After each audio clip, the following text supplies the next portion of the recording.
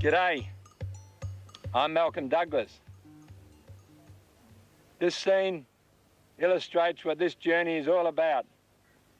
Survival in the outback. One mistake in this country and you're dead. During the summer, the daily temperatures often exceed 50 degrees Celsius, and it's now November, one of the hottest months of the year.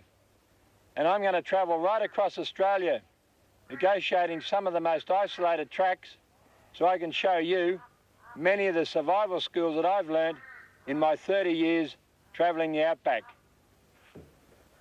On a long trip, I need a really solid trailer to carry all my extra fuel, extra food, spares, oil, diesel, general gear, and the most important thing, of course, is all my extra water. I've got some of the water in metal containers, and I've got some in very heavy-duty plastic containers. Righto, Boss Bonnie, let's go. Come on.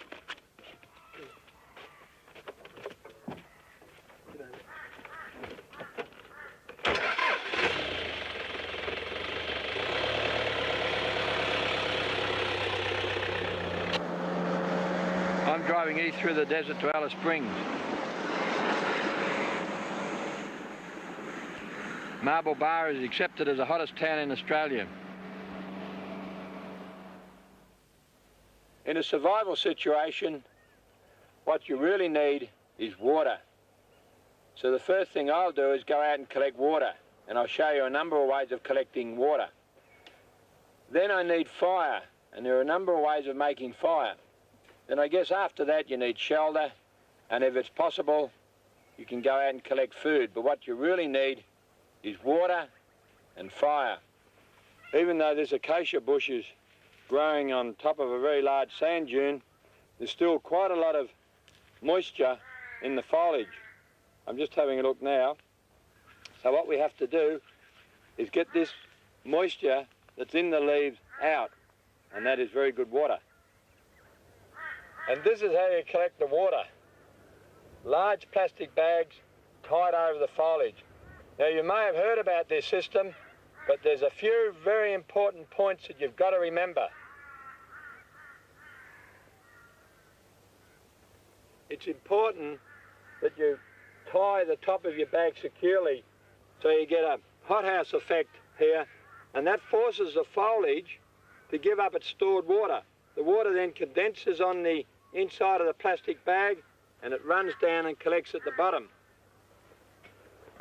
I've tied a piece of wire here, copper wire, and that stops all the rubbish and all the leaves from falling down into my water. The water can run through, but the leaves can't go through, so that stops too much of the rubbish causing this warm water to ferment. Now, unless you're very sure of your plant species, you've got to do what we call the survival taste test, because there may be toxins in the leaves, and that's very important. So what you do is you get about a teaspoon of water for a start, place it in your mouth, leave it for a few minutes, make sure that there's no irritation, no burning. If it's okay, swallow it down and wait about 4 hours. If you feel fine, get a small cup full of water, go through the same process, wait another 4 hours. If you feel fine, well, then you can drink your water. Now, you don't want to take this plastic bag off every time, so what I do, I come out in the bush with meters of plastic hose, so when I tie the bag onto the foliage, I run the hose down into this water, so when I want to collect it, it's just a matter of siphoning it out. Now I've dug a fair-sized hole here in the sand dune, and this is another good way of collecting water, although it probably uses up a fair bit of energy. So if you want to do this, make sure in a survival situation you do it at night or in the cool of the morning. Once I've got my hole dug and I've collected my vegetation, I place all the foliage down in the hole. with all the vegetation in place, I can now place this pot in the centre of the hole, and I've got my piece of tubing so I can siphon out the water later on. All I have to do now is cover this hole with a large sheeting of plastic. Now the plastic's very easy to carry in the bush, so before you go away just buy some and keep it stored in the vehicle. And we just have to seal that round there, like that. All you need now is a rock, and you place it over the centre of the billy can, and make sure that is the lowest point on the plastic. So the water will run down the inside of the plastic, hit the last point, and it will dribble down into the billy can.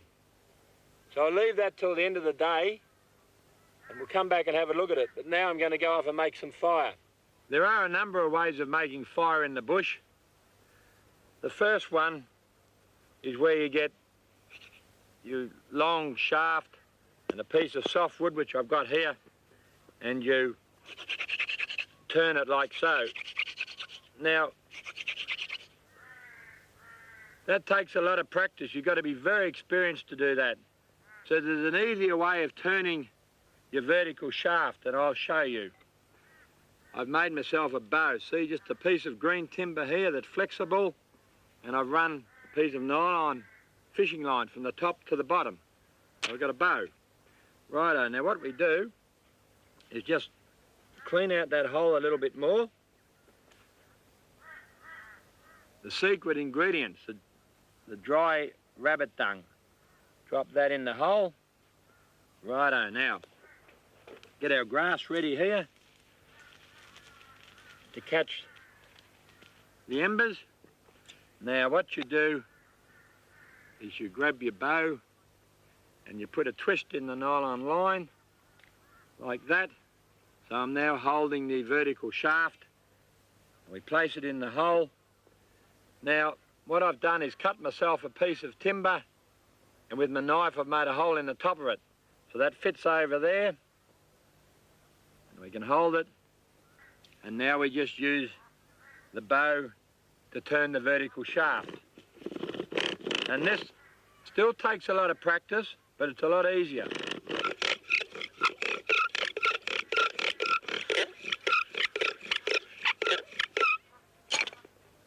I've got to get those embers onto the dry grass, and pick it up.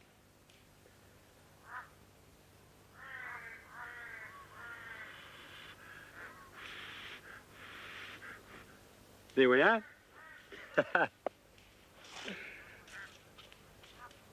Well, that's one way to make a fire, and there's quite a few other ways. It's getting late, so I'll go and check the plastic sheeting.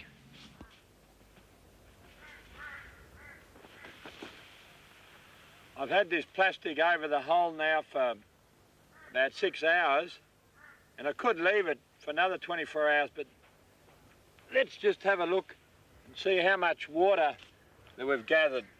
So it's just a matter of pulling the plastic back, and I don't want to get it in my water.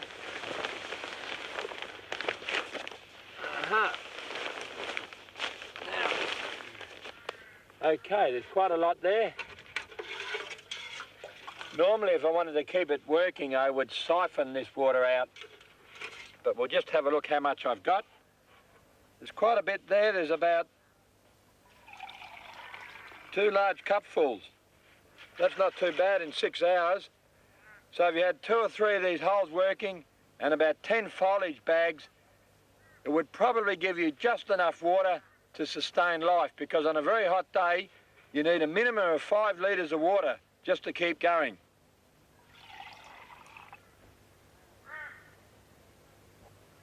And it doesn't taste too bad. I'll wait 4 hours and see how I feel.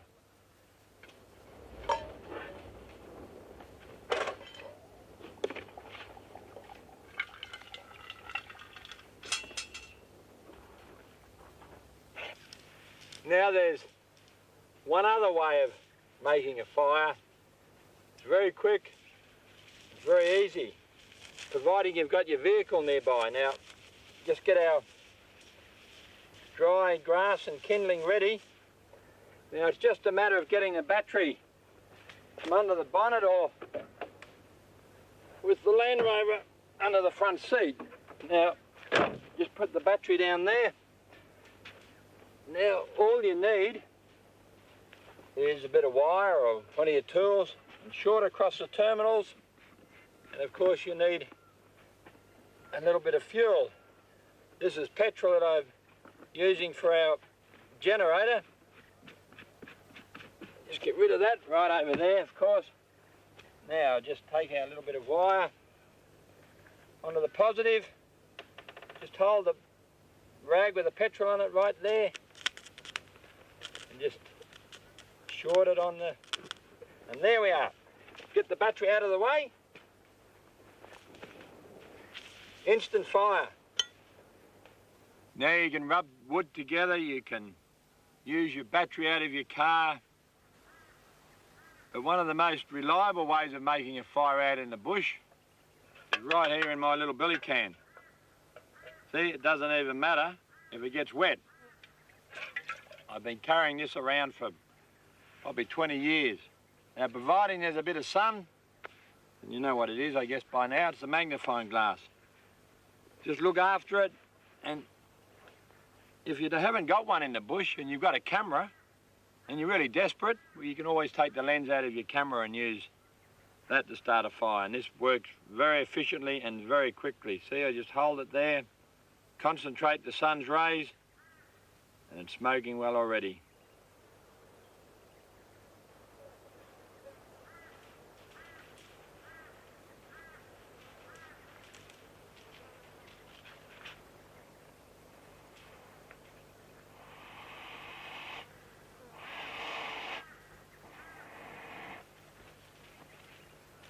There we are.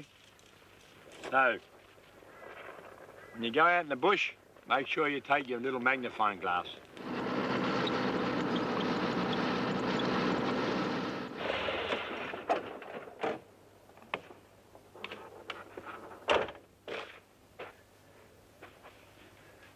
And when you're out in the desert and you may be short of water, always keep a good lookout for these.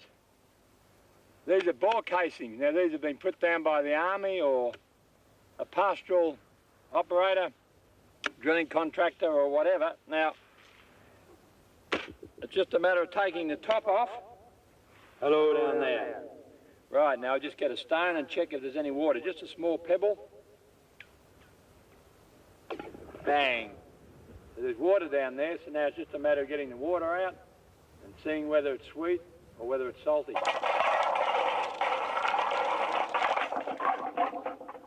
There she is, water. Here we are. Got a good bite down there. You can see there's water. It's certainly not salty. It's like fresh mountain water. It's beautifully sweet, no salt in it whatsoever.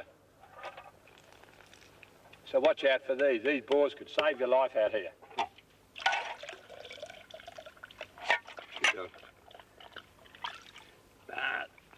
How's that?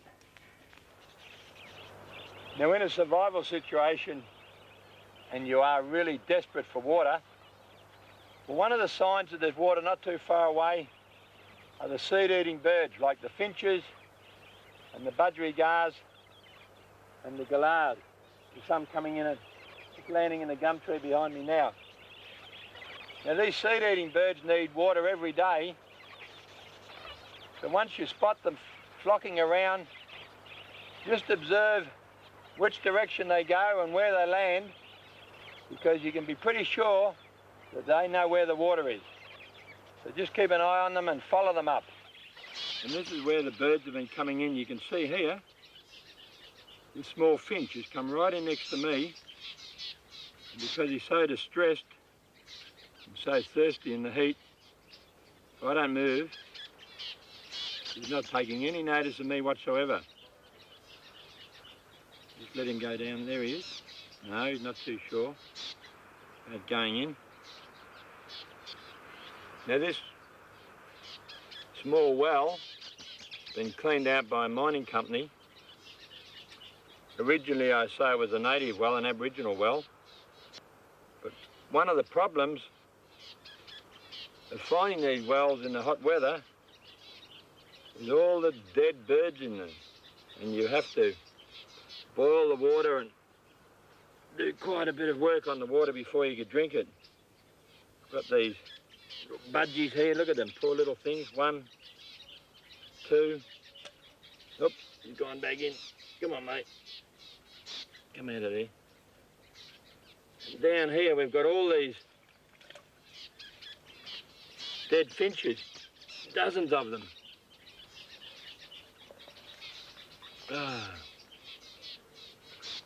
I don't think these little blokes have got any chance. They're bred very late in the year.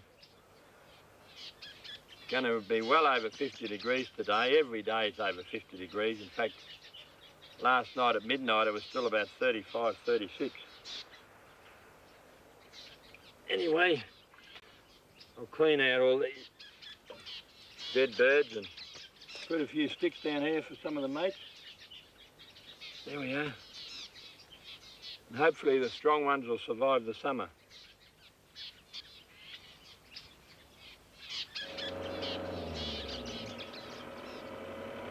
I'm now heading for Kirakara, one of the remotest Aboriginal communities in Australia. I want to call in and see my old mate, Jabanati. Hello, Jabanati. How are you? How things? Yeah? All right? Yeah. You want to show me that, cooking that corn here or that longara? And smash him up? Cooking it? Yeah. Yeah. Okay, yeah.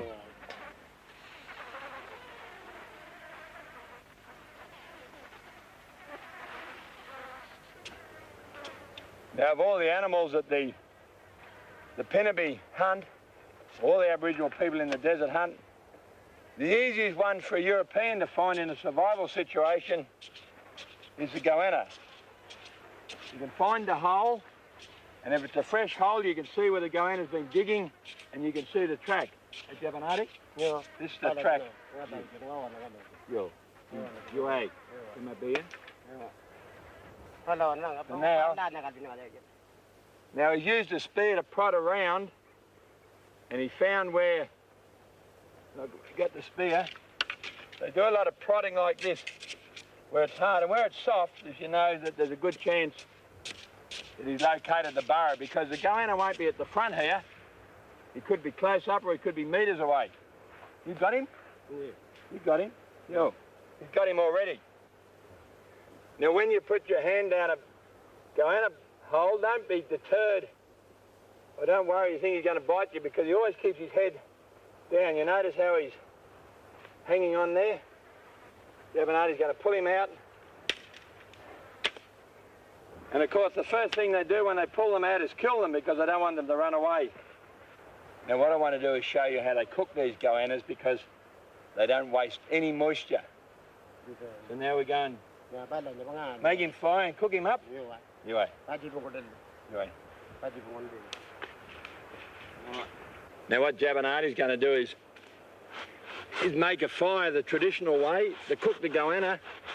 We've got a very soft piece of wood here, cork wood, and he's got the edge of his woomera. You've got to get this hard edge and rub it into the soft wood. Okay? Yeah. You are. Righto. I've got to hold him.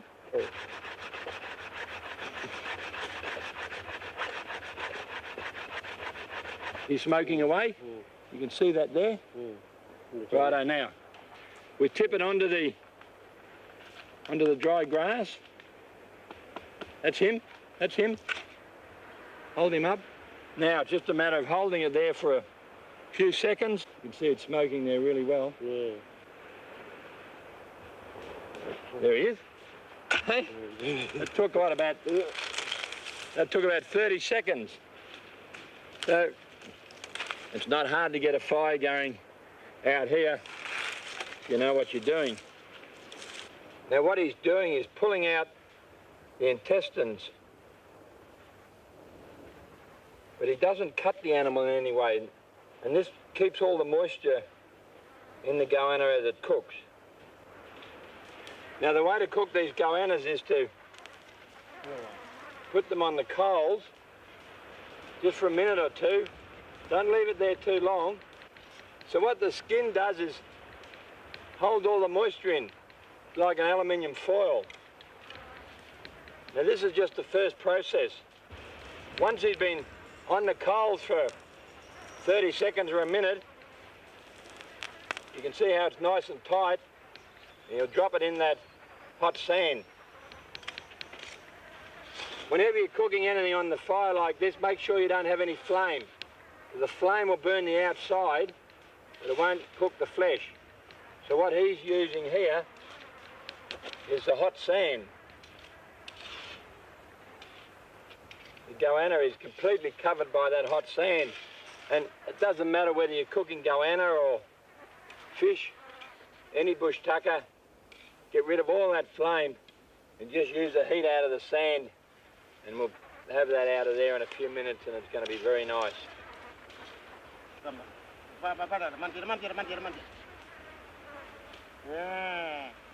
The Aboriginal people never overcook their food.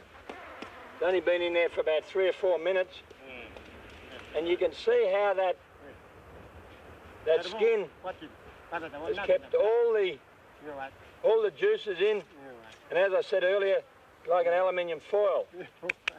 It's pretty hot. Clean him off.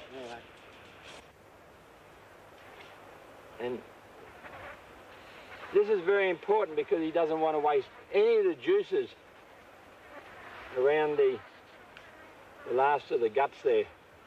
Now, just before you go, Jabanati, can I? Oh, he wants to get that hot juice out. He's drunk half of it, but see in here, all that juice? And that's the reason you've got to be very careful that you don't break the skin as you cook it and you don't overcook it. Because in a survival situation, that moisture can give you a lot of energy. I'm not going to get any of this goanna. What about me? This poor gut here. No, this tail part. Now, break him open. Now I can skin it. Now, this meat is full of juice. You can see how white it is. Look, beautiful. You don't want to kill these things unless you really have to, because most of them are protected, but if you're desperate for feed, I'm sure no one would mind if you grabbed yourself a goanna or two. Don't worry about what it looks like, because it tastes really good. Bala. Bala. It's actually more moist than young chicken, and it's quite a bit sweeter. You can see that beautiful meat there, look.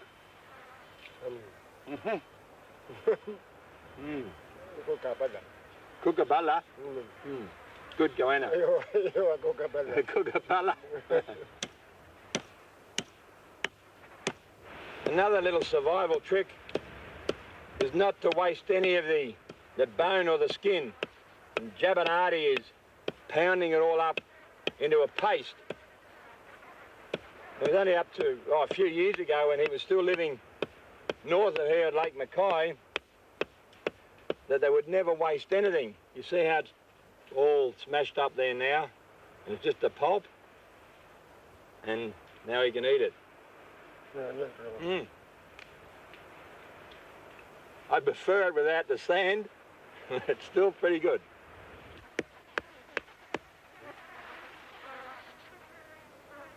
Eat it.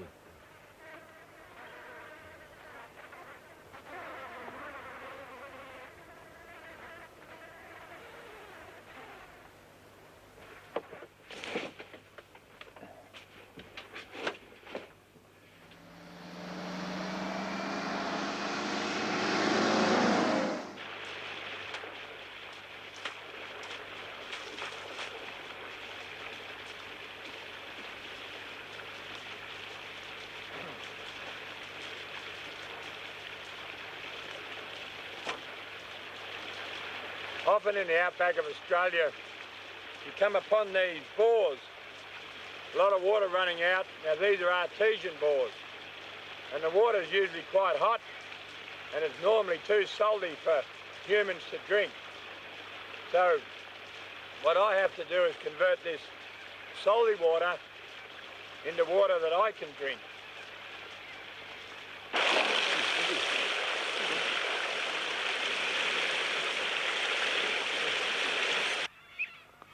In a survival situation, you want to conserve energy.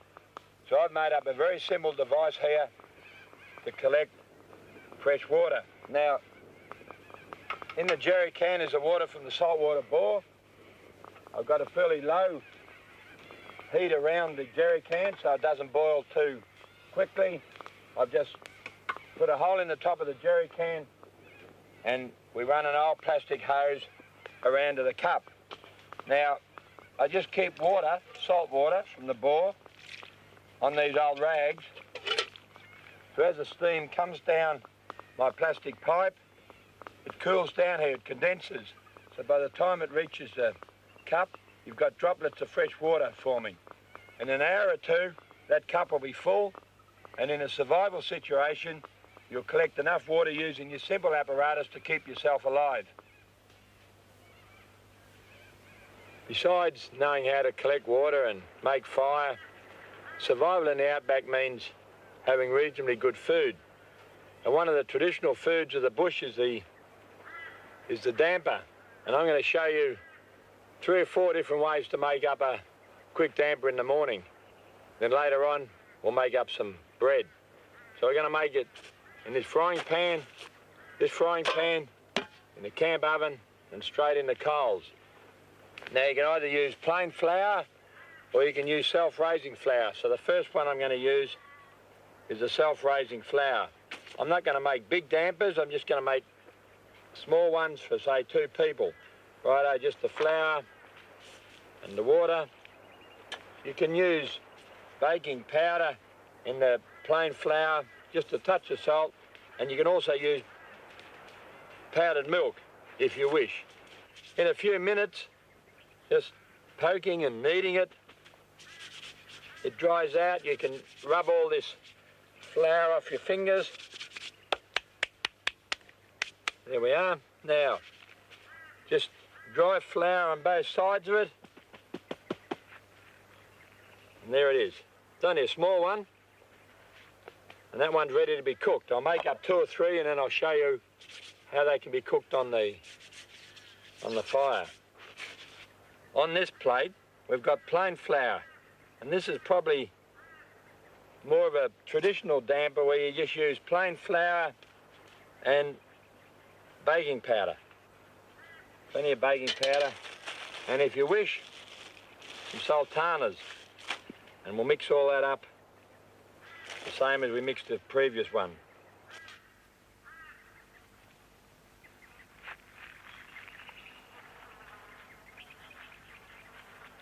Now I've made up the mixtures for the 4 different types of damper here in front of me. The first one I'm going to cook is the one in the camp oven. Now I've dug myself a hole and, oops, what I'll do is that's a bit hot, get that camp oven down in the hole, just put a few coals in, drop your damper in, there we are, a hot lid, put the lid on, and hot sand around it, a couple of coals on the top, and that one will cook in there.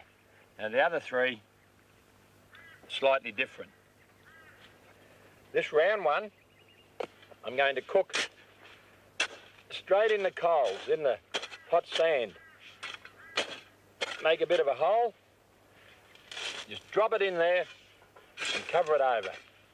Cover it over with the hot sand. Make sure you've got no flame around it. Now, the second one, in this frying pan here, it's only a small one. You notice I haven't got any oil in there, it's just completely dry. This is another variation, just to fill it up with the hot coals, mainly sand, and definitely no flame. Now the reason I'm showing you this is people prefer different flavours, and different techniques for cooking them. Some are a bit faster than others. Probably the quickest way is to get some nice coals like this. Good solid frying pan, really thick bottom. This is my favourite frying pan, this one. Keep it nice and flat on the coals and your oil, and get your damper and straight on the coals. Just got a little bit of oil there on the fire, we'll get rid of that. And I put a lid on it, and that's the quickest way. Right, we'll leave those for a few minutes and come back and see how they are.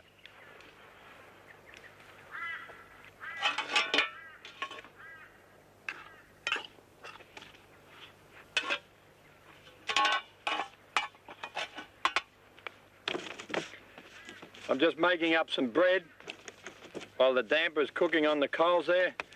Now this is a very basic recipe for the bush.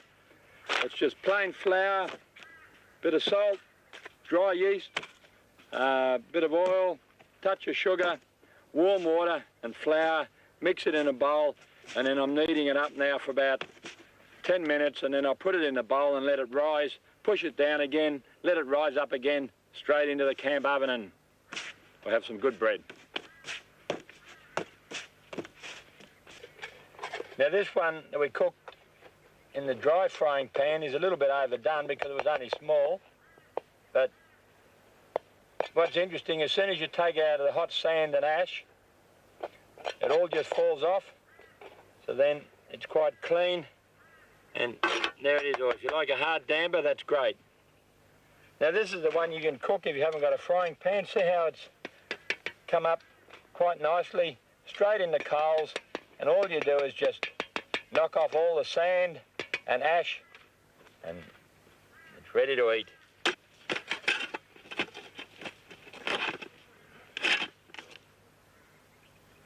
This one was cooked in the oil, and it'll have quite a distinct taste, and of course it's got quite a different colour. Put him over there next to the other one. Now the last one was the plain flour and baking powder in the camp oven, and it's probably the best of all because you've got the most controlled heat. There we are, isn't that beautiful? Now just grab a plate, put him on there, I'll break him open. Not too bad, very hot. Aha!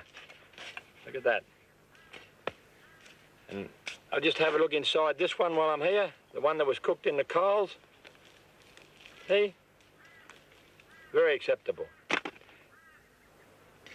So there's your 4 different types of damper, and they all taste pretty good. Now this is always the exciting part. Get the lid off and see how the bread is that I made earlier. Get the lid off so we don't get any sand in it. There we are. Pull it out. Pop it over there. Looks pretty good.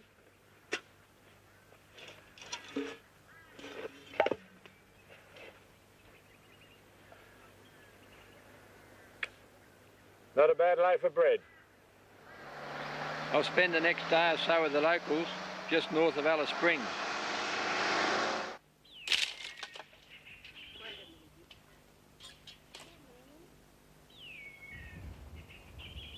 One of the most intriguing and interesting bush foods in Central Australia is the honey ant. Now, the honey ant is very hard to find. The Aboriginal people walk around in the mulga country. You only find the honey ant in the mulga country, and they see this small ant. There's one on me now that's got the little yellow abdomen. And they find the hole and they dig down quite a way. Because it's a dry season, very little rain, they're going down a long way, and I think she's just about located the first of these ants. She's down about 1 metre. You find any? Yeah. Oh. The honey ants spend all their lives suspended from the ceiling in chambers right down in the ground there. And the workers, they gather a honeydew from a scaled insect, and they take it down and they feed it to the honey ants. Now this guarantees a supply of food for the colony in times of drought. In other words, the colony can milk the honey ants and get a meal in a poor season. They are so sweet, I don't think I could eat more than about half a dozen of these. First 2 or 3 are really beautiful. You can see how hard these people have to work. Poor Dara is now virtually out of sight. Hey, you got any more? He's really into it now. We've got about 50 here. You got some more down there? Well, 2 hours work and here's morning smoko.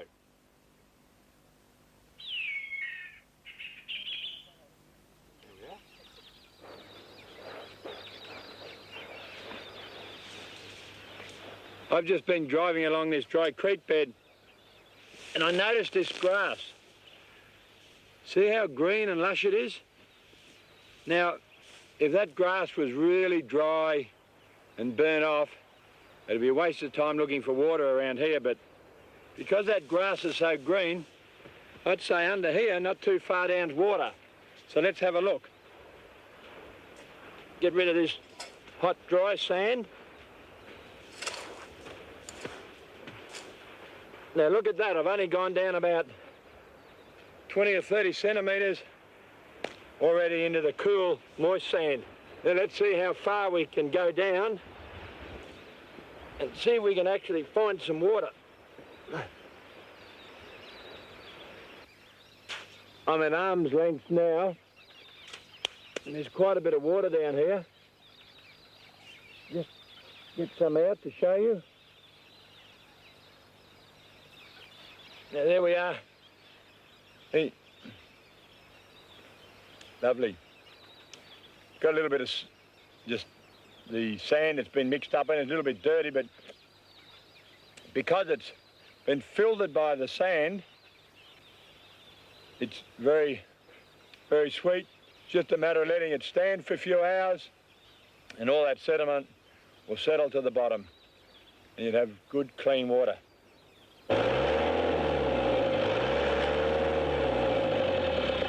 This often happens when you get in a sand bog.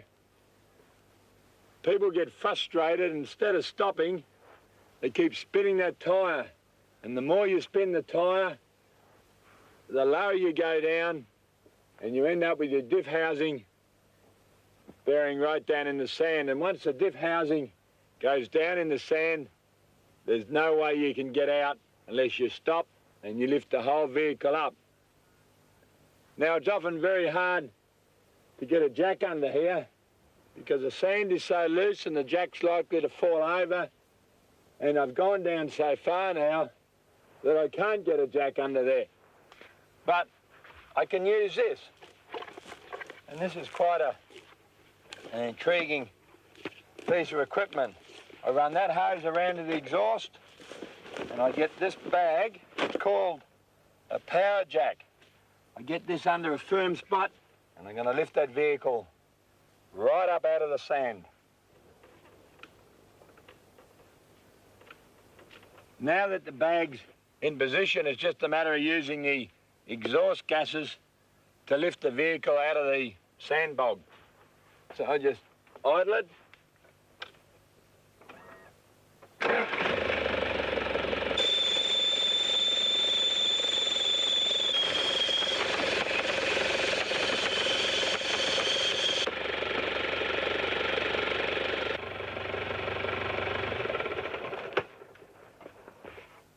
See what the power jack's done? Lifted the vehicle right up. We've got this wheel that was well and truly in the sand. Is now 30 centimetres out of the sand, so all I have to do is pack some branches or wood or matting, whatever I can find under there, let it down and keep moving.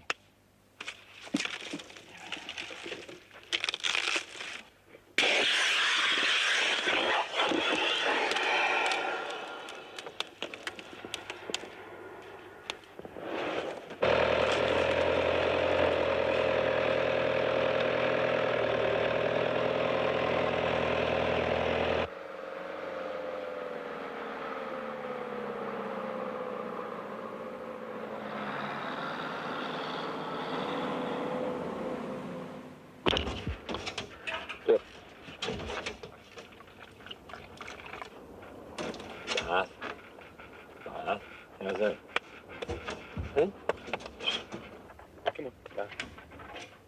I've been hoping that there may still be some water in Lake Eyre, but here near the track, it's just a huge expanse of salt. I'm now heading east towards the Strzelecki track. It's spectacular country, but you wouldn't last long out here without water.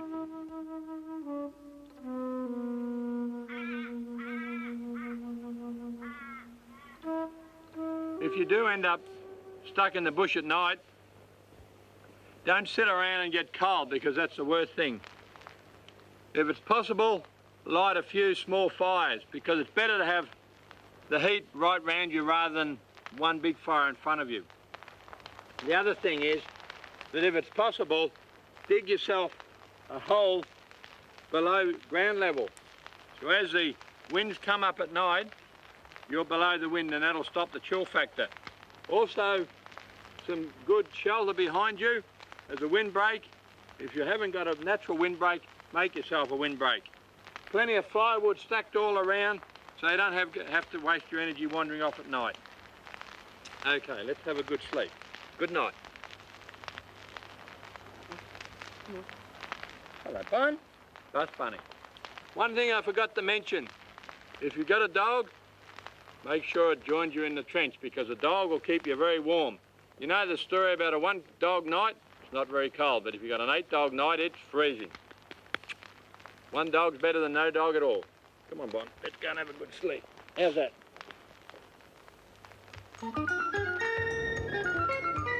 In part 2 of Survival in the Outback with Malcolm Douglas, the journey continues into South Australia, where heavy rains test Malcolm's survival skills.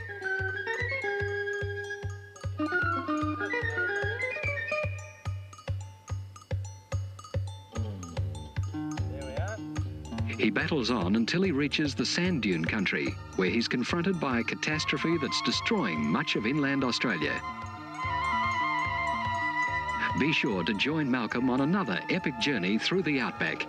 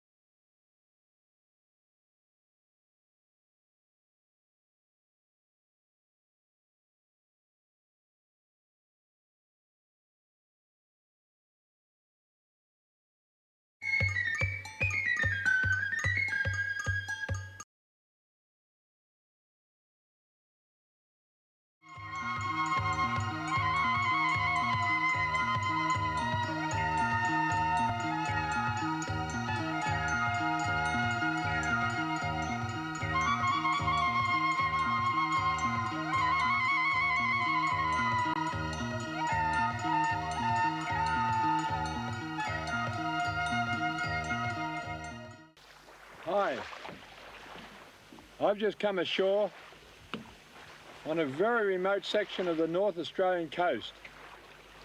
Let's just assume that I've broken down, or the boat's broken down.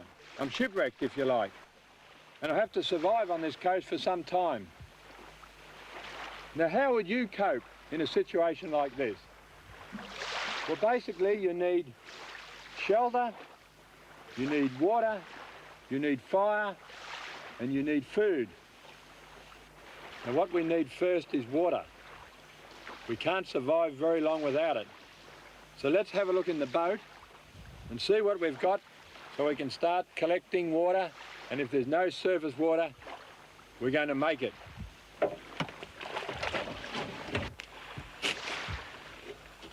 Now, in the boat, we've got all sorts of pieces of plastic. I've got quite a number of plastic bags. We've also got large sheets of plastic that I use to keep all my gear dry. We can take these plastic bags and the sheets of plastic up into the sand dunes, and we can start making water.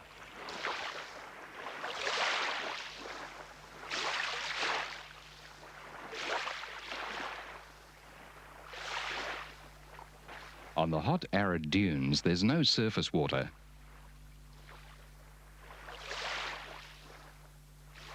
A After scraping out a large hole, Malcolm fills it with freshly cut mangrove branches. In the middle of the hole, he places a billy and covers the lot with plastic sheeting. Any kind of plastic of any size can be used, and it's held in place with sand.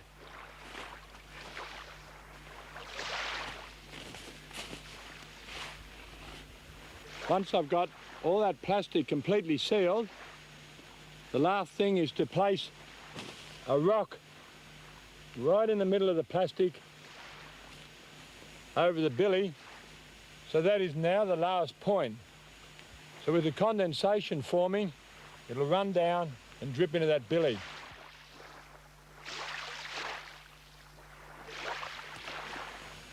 It's now extremely hot. I feel like I'm in an oven, and these mangroves that we put in here this morning are now virtually cooked.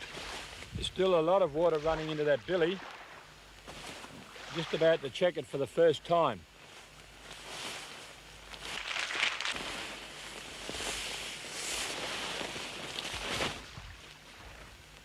Wow, gee, it's hot in here. It's like a sauna. Well, this is truly remarkable.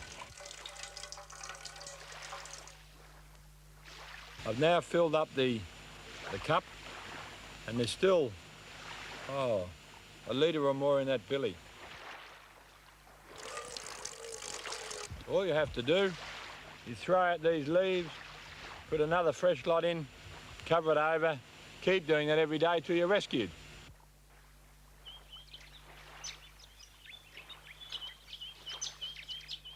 Plastic bags are tied over leafy branches, and the condensation soon begins trickling to the bottom of each bag. Clear plastic gives the best results.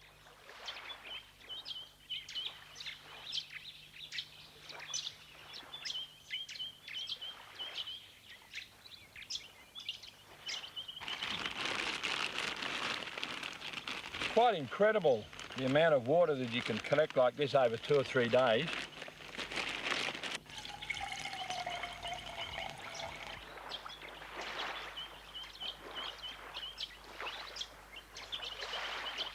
And in a survival situation, this water would be the difference between life and death. Good water too.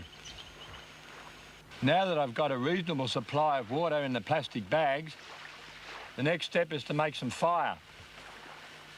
The easiest way, providing you've got one, and I always carry one, is a good magnifying glass.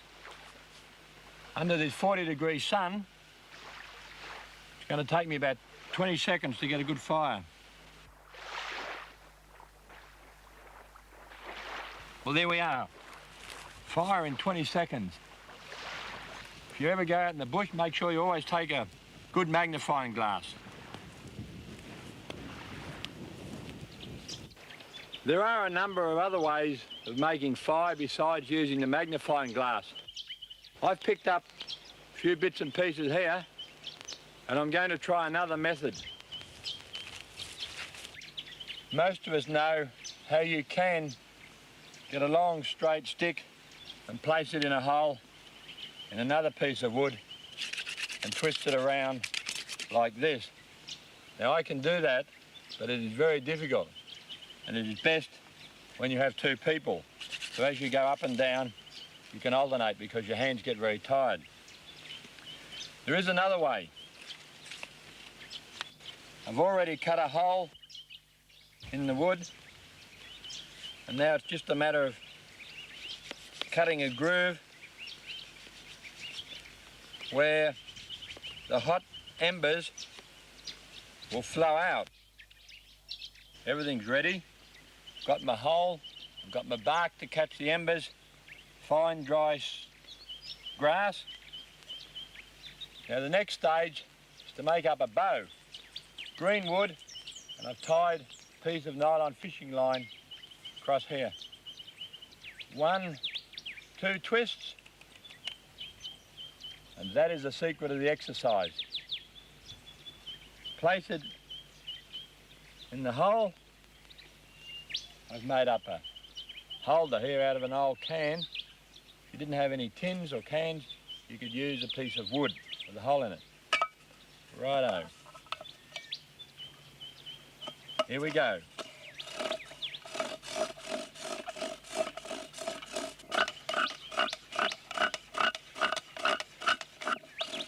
This method is about 20 times easier than attempting to do it with your hands.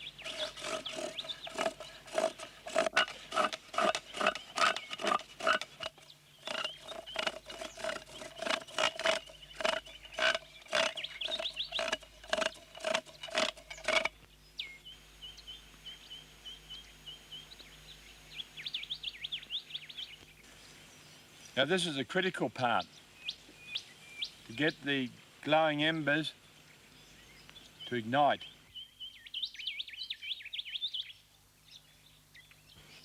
There we are.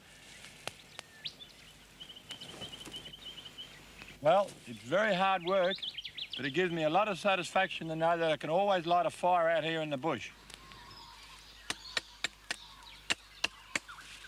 In a survival situation, some type of basic spear is vitally important. It's just a matter of finding a reasonably straight sapling, taking the bark off and straightening it in the fire, and of course last of all putting a point on it.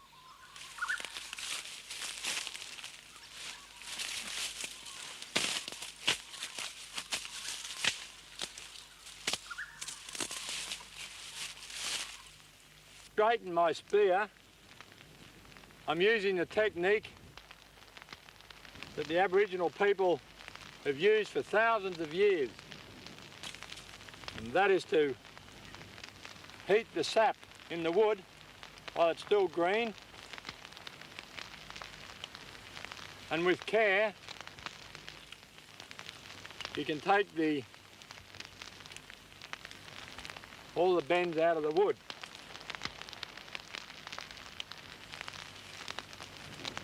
Very warm.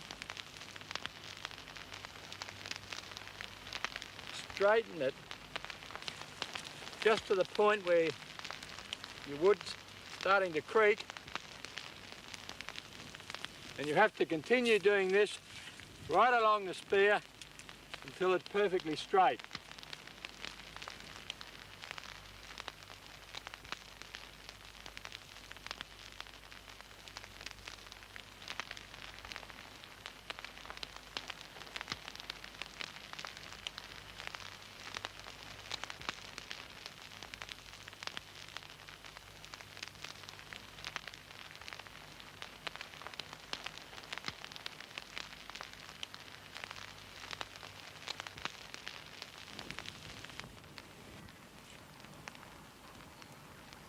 I don't recommend this method unless you've got very good teeth.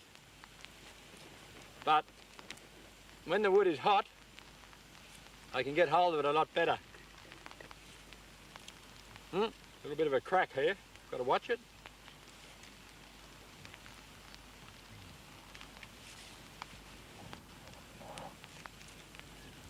Once I've got a good point on it, I will harden it up in the fire.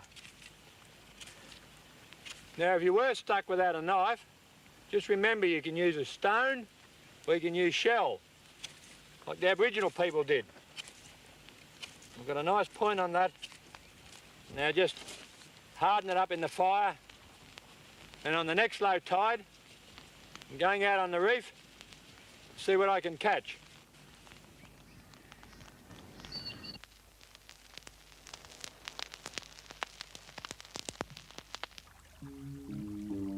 On the reef at low tide, there's an abundance of food: seaweed, crustaceans, mollusks, and fish.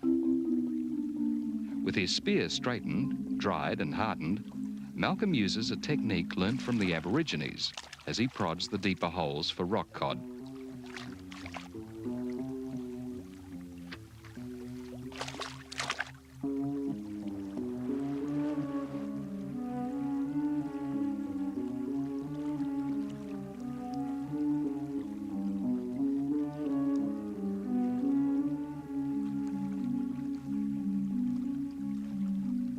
a sea breeze ripples the surface.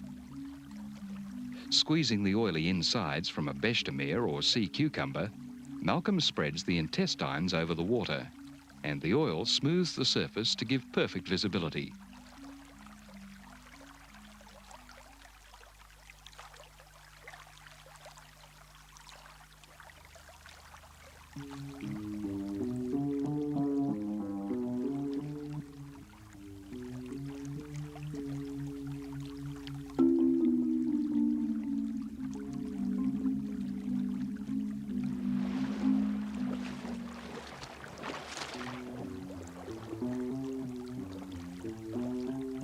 The long spear is used to flush fish from under the coral ledges.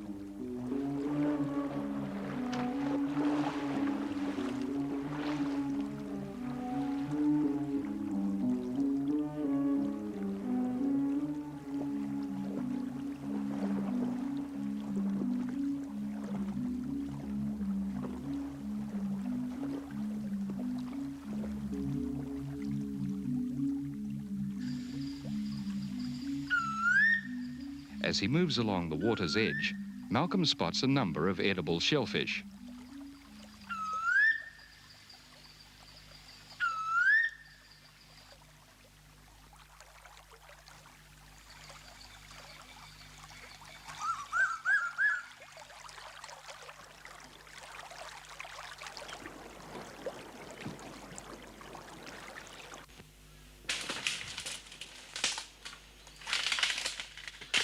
From the freedom of the open reef, he clambers into the dark, tangled, claustrophobic mangrove jungle.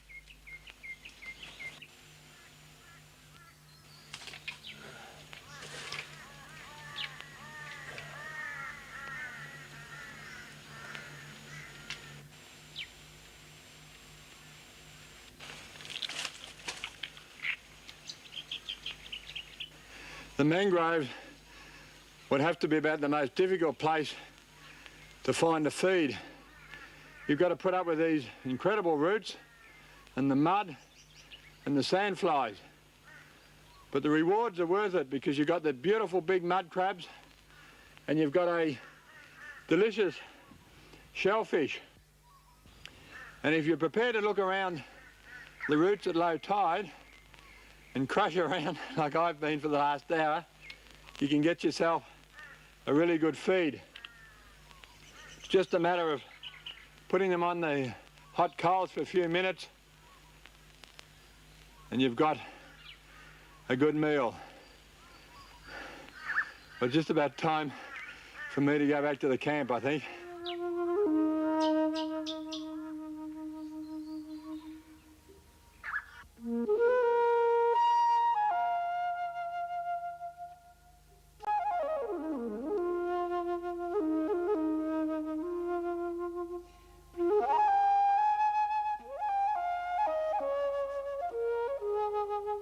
The shellfish and mud crabs need only a light roasting on the glowing embers.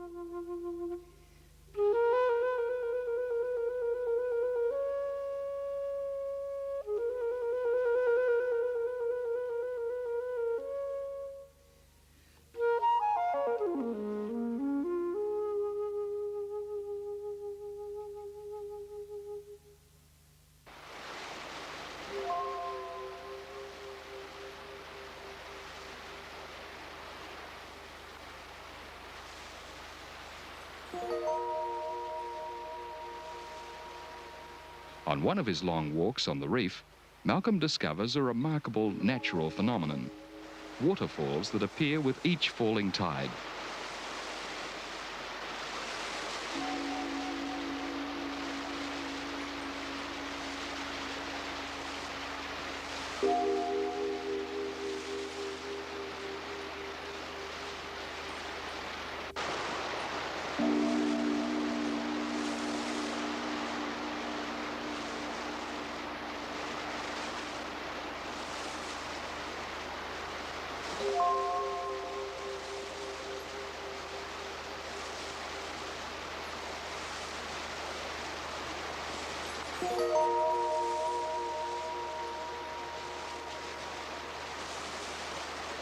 A dramatic spectacle stretching almost to the horizon.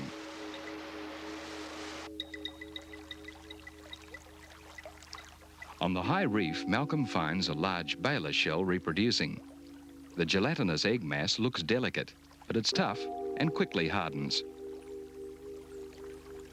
It will be left attached to the reef while the young mollusks develop. When they hatch, they are perfectly formed miniatures of the adult.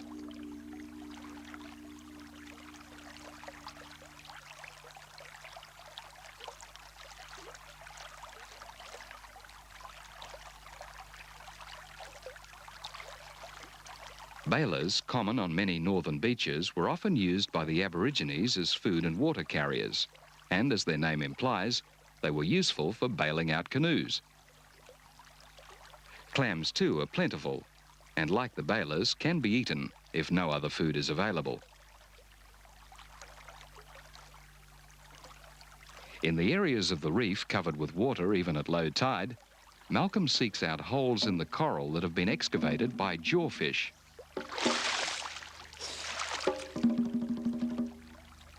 Dropping a baited hook down the hole guarantees a feed every time.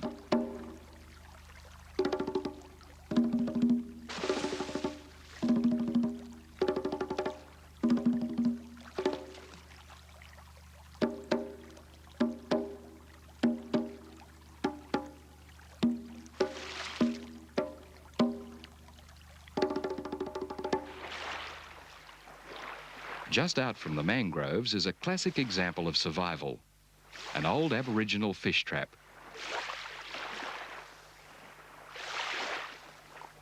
On certain tides, the stones, piled high, trapped whole schools of fish.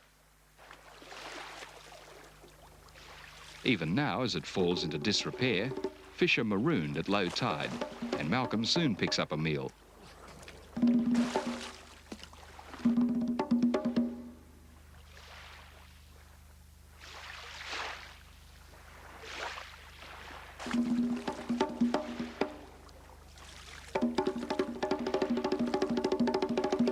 In former times, when these stone traps were maintained by the tribal Aborigines, hundreds of fish were regularly rounded up on each falling tide.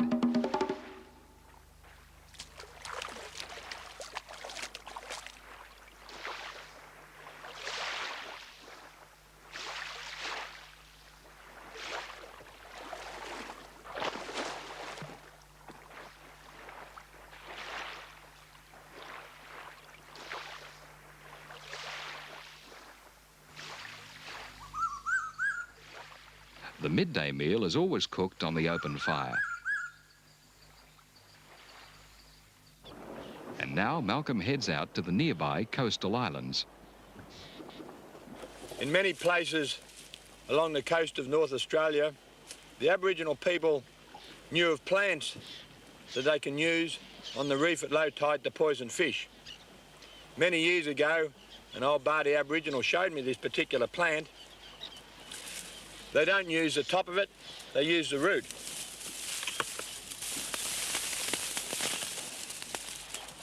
Just break that off. This is the root that I can use. When I gather enough of them, I need more than one, I need a whole bag full. I'll pound them up with a rock, take them out on the reef at low tide, and catch myself a good feed of fish.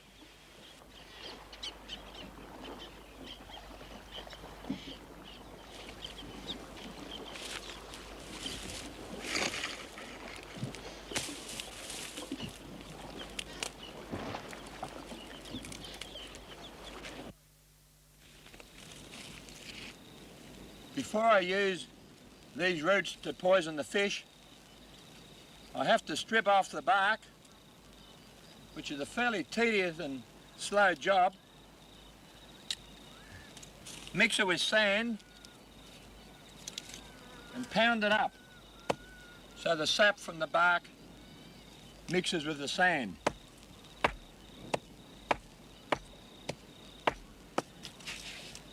I'll bag all this up and take it out on the reef.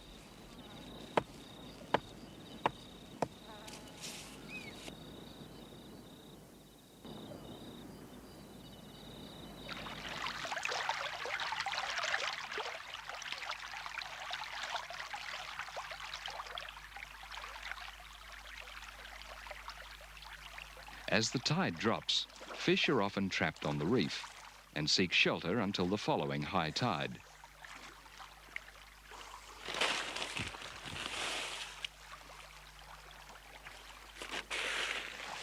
The drug mixed with sand quickly disperses, and within minutes the fish begin to behave erratically, some jumping right out of the water.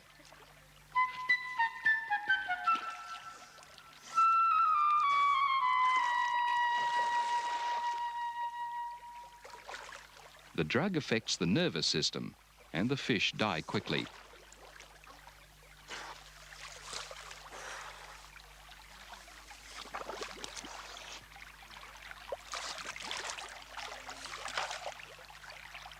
This would have to be the best way I know of getting a feed. Even without a hook or a line, half an hour on the reef, I've got 20 fish.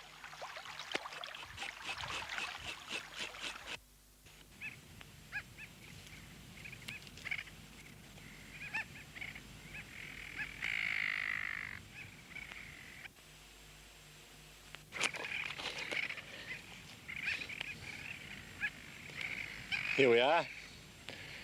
In a survival situation, these eggs would keep you alive for a long time. On many of the islands in North Australia, at certain times of the year, you have large colonies of nesting birds. And at night, you can catch the birds, you can eat the flesh raw, you can even drink the blood. And of course, you can eat the eggs. I'll just put this egg back because I must stress that in a normal situation, you don't touch the eggs and you certainly don't touch the birds because they're protected.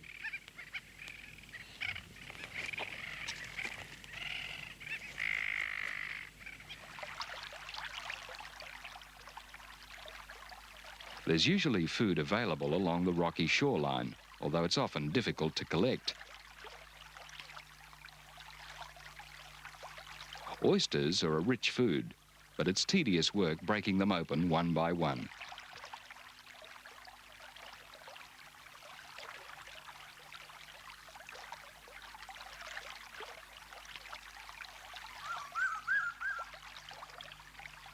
Malcolm uses an old Aboriginal technique to collect a large quantity of oysters easily.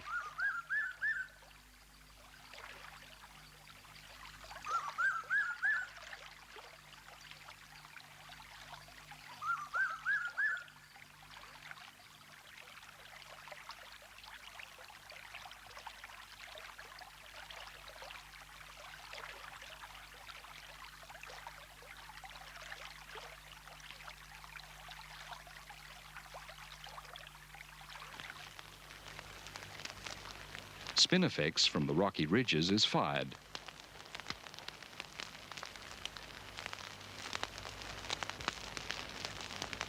The dry, resinous grass blazes fiercely, and the shells open.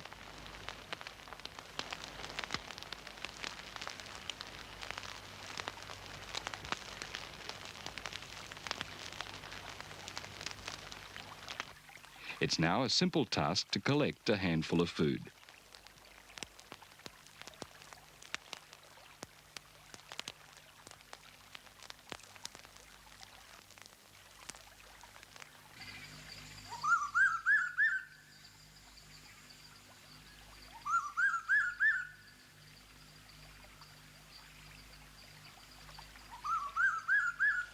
It's a tough life.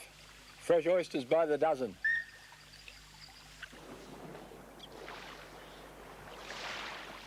An ability to identify animal tracks is vital for survival.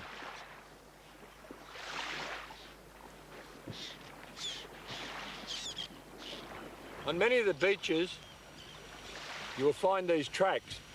A lot of people panic when they see these tracks because they think they're crocodile tracks. Well, they're not croc tracks, they're turtle tracks. And in a survival situation, these tracks will always lead you to food.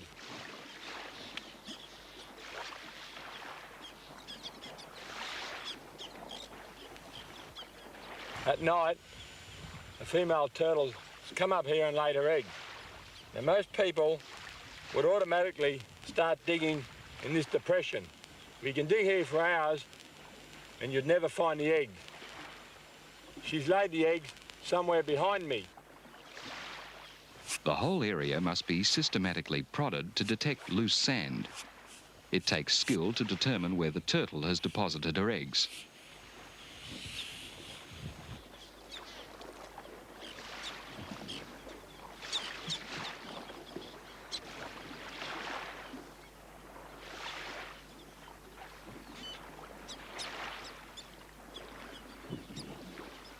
Patience is needed to remove the free-flowing dry sand.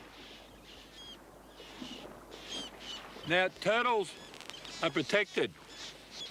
So I must stress that you wouldn't normally take their eggs except in a survival situation. If you were stuck on an island or on the mainland and you did find some turtle eggs, they would keep you alive for many days. You can eat these eggs raw, or you can boil them in salt water. Now, I don't think anyone will mind if I demonstrate how soft the shell is on one egg and how easily you can get out the moisture. You've got the white, and inside you've got the yolk. And you can eat these just like this.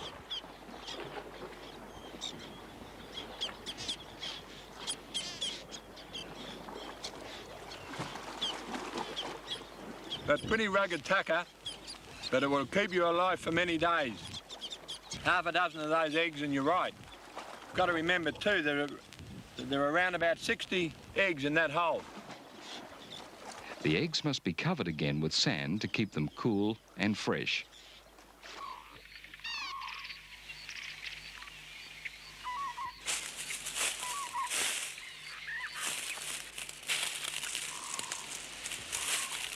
In a lot of these little jungle thickets behind the sand dunes, you can find food, bush fruits and yams. Now, this dried yam has grown up this aerial root. I know it's a yam because I've been shown many times this particular leaf by the Aboriginal people. Now, I have to follow it down where it's curled around and find where it's entered the ground.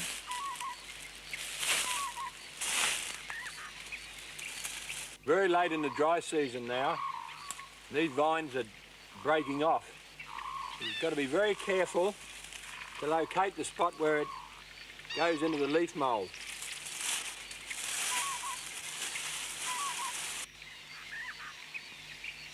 It's quite a job digging these yams out. Not so bad now because I'm down past all the roots from the trees, just about at the bottom of it. I don't want to break it off. Here we are. You're wondering what it tastes like? It's just slightly sweeter than our normal potato.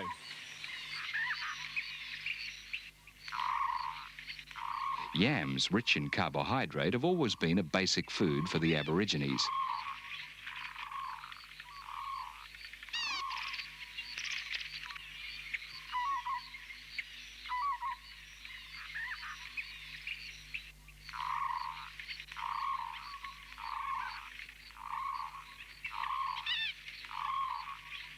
Good tucker, this. The native fig tree. Common on all the rocky outcrops. Little sweet fig. Very nice.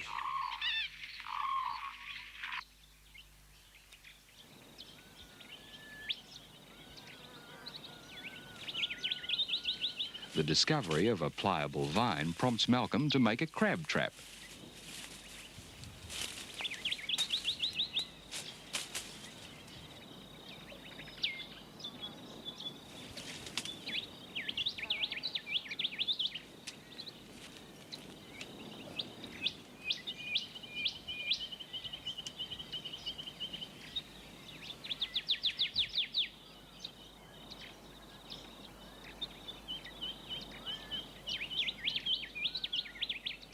Right, now I'm making up this trap just using these long vines, just a dish-shaped trap. I've never used this vine for mud crabs. When I was a boy living up in the Pacific Islands, I used to make a lot of traps for fish. This is something that anyone can do when you're out in the bush, if you can find the right sort of material. Just twisting them around. It's fairly primitive, but I'm pretty sure that it's going to work very well.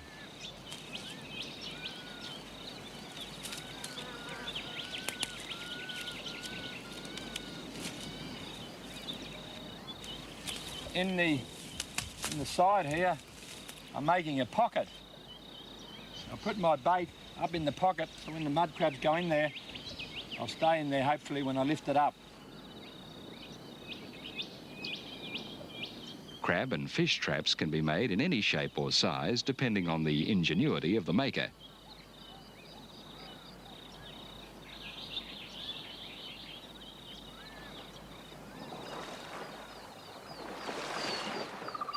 Secured for several hours in the mangroves, the bait of dead fish has attracted some good-sized crabs.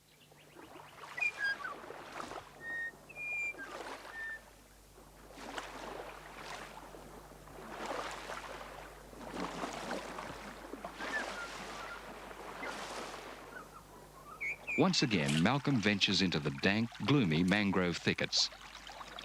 Now let's assume that I'm stuck on the coast. I've lost my boat, but I have to travel. I'm stuck in the mangroves. There's an old trick that I learned from the Aboriginal people many years ago. They make a raft from this particular mangrove tree, and I'm going to make one of these rafts now. Now I have the luxury of a little tomahawk.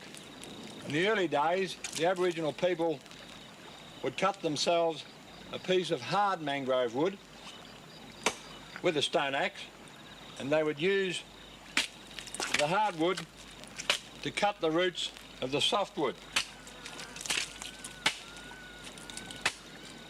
Using the hardwood was very slow, so I'm going to go back to the tomahawk.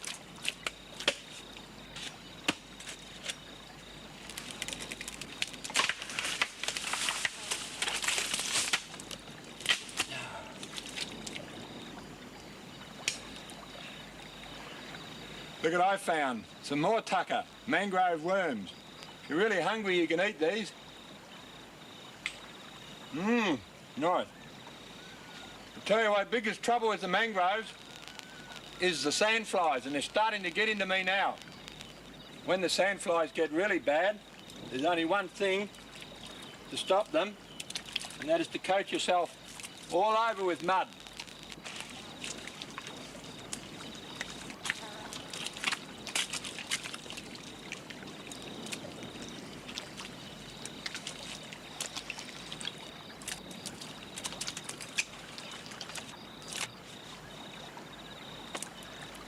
Forget about what the mud looks like. No one's going to see you out here. Or what it feels like. It's rather cool, actually. But it certainly keeps those sandflies off. It might also be very good for the complexion.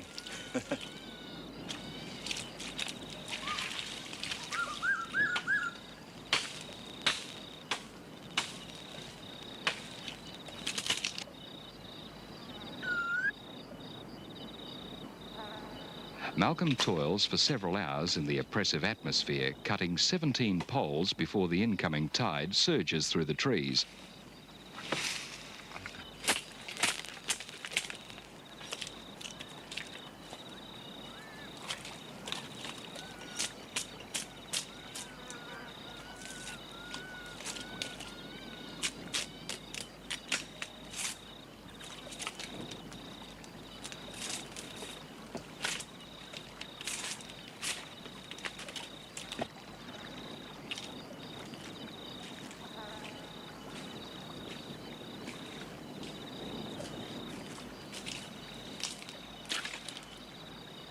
It's a hard slog, out of the gloom, back to the open, sandy beach. With the poles rapidly drying on the hot sand, the tedious job of building the raft begins. Once I've got all these nice and pointed and tapered, I can put them all together.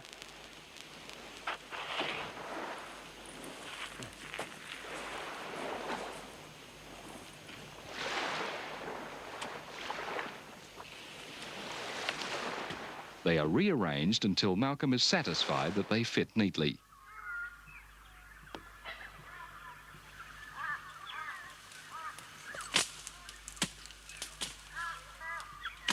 The hardwood nails to be used will be whittled from this acacia that grows high amongst the rocks.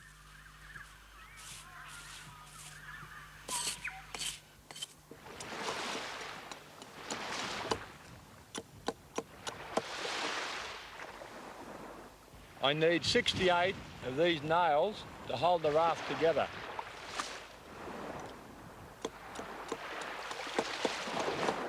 Only these long nails hold the poles together. No bindings or glue is used.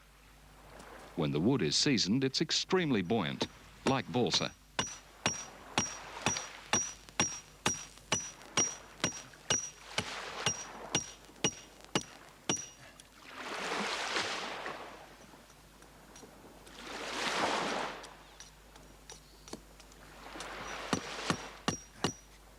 Now, even though the mangrove wood is very soft, it's still very hard to get these nails in.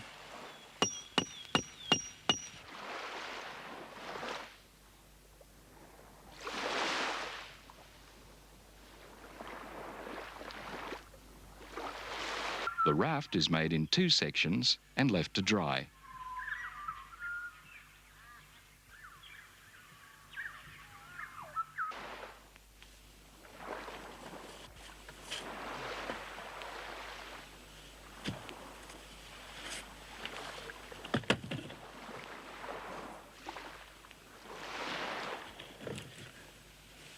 These mangrove rafts have always intrigued me because the Aboriginal people on this coast use these rafts for thousands of years. They travel with the currents, hunting turtle, hunting fish, and hunting dugong. They don't make these rafts anymore. They use aluminium dinghies and outboard motors. And this could well be the last mangrove raft that'll ever be made on this coast. Now it's just a matter of tying it together, and I'm going to go out and see if I can catch myself a feed of fish.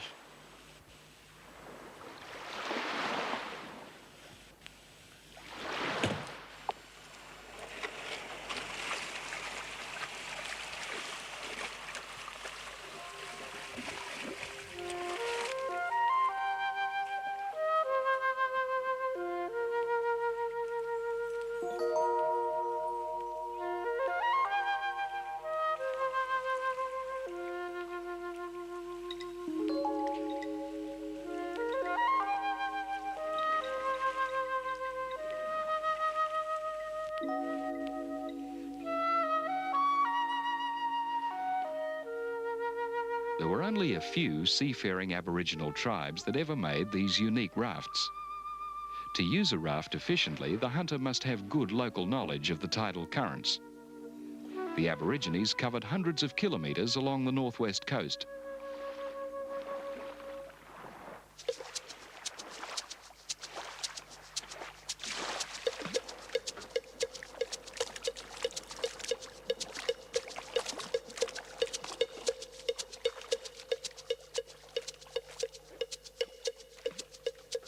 It doesn't take Malcolm long to hook a nice trevally, and he heads quickly for shore before any sharks are attracted.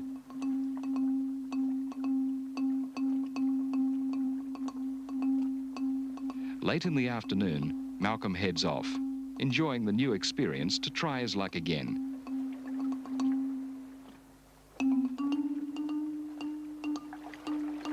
Malcolm hooks one of the nicest eating fish of all, a bluebone.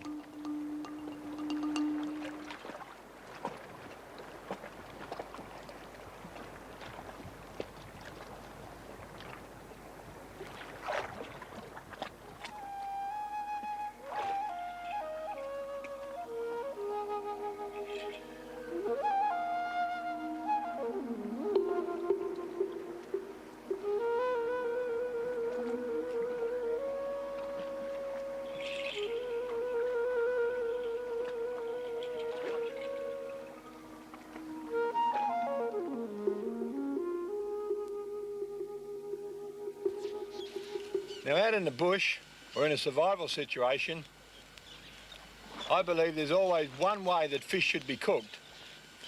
Now, what I need is lots of hot coals and really hot sand. So first of all, I get a really big fire going.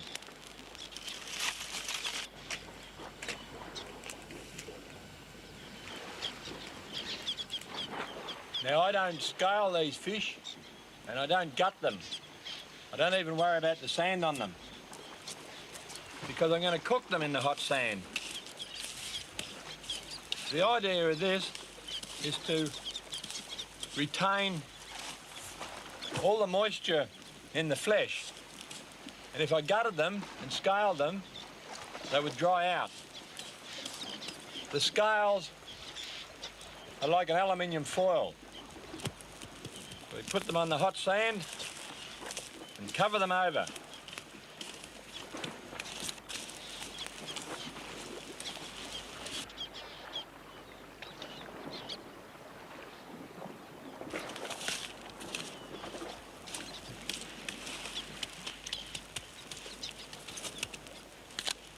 At this stage, they don't look very appetizing. So what I do is carefully peel away the sand and the ash and the skin. And underneath, you've got beautiful, sweet, juicy meat. By cooking it in the coals, it retains all the moisture. That is the best tucker you can find out here. Practicing these survival techniques has been great, but now it's time for me to move on. I've just been asked to go to Wyndham to catch a giant rogue crocodile, and that is really going to be an adventure.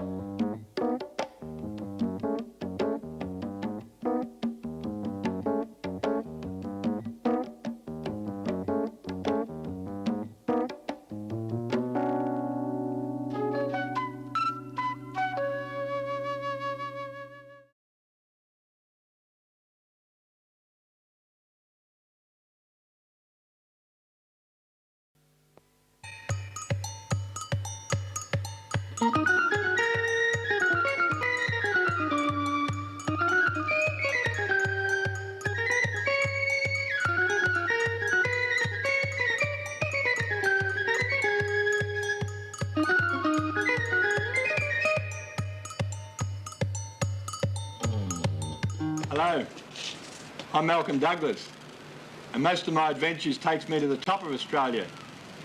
Cape York, Arnhem Land, the Kimberleys, and of course the Western Desert. But there's another part of Australia that's always fascinated me, and that's the islands of Bass Strait. So on this adventure, I'm going to run from Port Phillip Bay in a large inflatable dinghy down to Wilson's Promontory, across to the Kent Islands, Flinders Island, Cape Barren Island, then all the way down the coast of Tasmania to Hobart.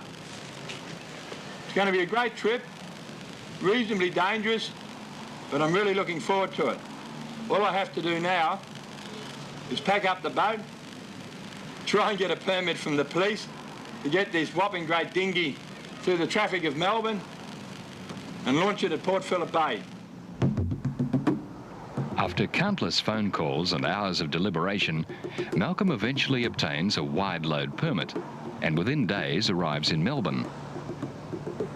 The flashing light, blazing headlights and red flags indicating excessive width keep the other vehicles well clear. Malcolm and his team waste no time launching the boat in Port Phillip Bay. It's a 7-metre Zodiac inflatable with a specially constructed centre console. Malcolm's anxious to give it a test run after the journey south from Sydney. With a top speed of 35 knots when empty, it handles remarkably well.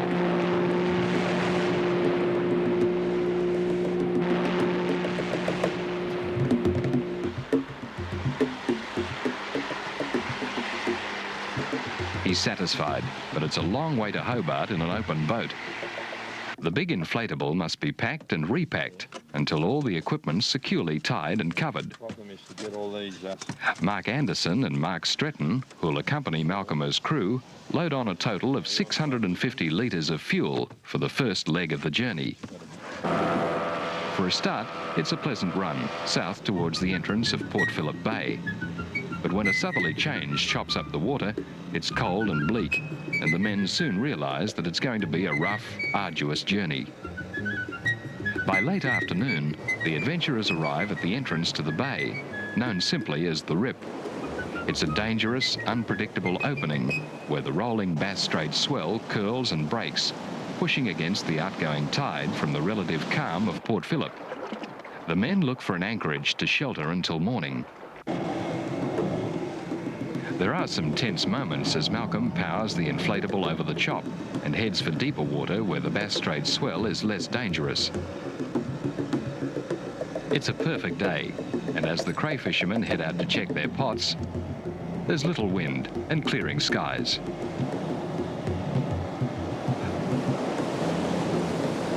Following the coast south, they pause for a few minutes off Cape Schanck, a notoriously dangerous point. Then it's a bumpy ride to Seal Rocks off Phillip Island.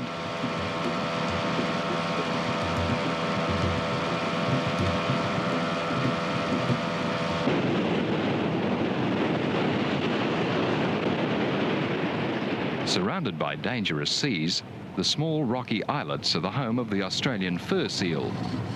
With the arrival of the inflatable boat, the seals rush into the water and, keeping an eye on the visitors, perform a spectacular aquatic display. The seals seem to appreciate an audience as much as the men enjoy watching the comical antics of the sleek animals. Shortly after European settlement of Australia, the seals were hunted close to extinction in many parts of Bass Strait for their skins and oil. They're now totally protected, and once again the colonies are flourishing. Fur seals are gregarious, literally crowding together. The females are very protective of their young. Each group's dominated by a huge, powerful and experienced bull who keeps all the young males away from his harem.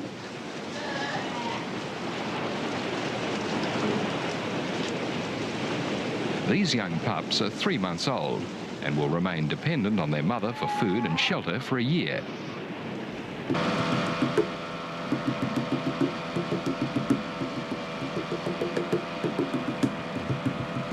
During the night, the wind swings around to the north, bringing calm seas offshore. The boat hugs the coast, and the men enjoy the ideal conditions. By late afternoon, they reach the islands off Wilson's Promontory. The most striking in the Answer group is Skull Rock, a local name given to this massive granite outcrop because of its skull-like appearance. Dominating the western side is a massive cave. From a distance, it's even more spectacular.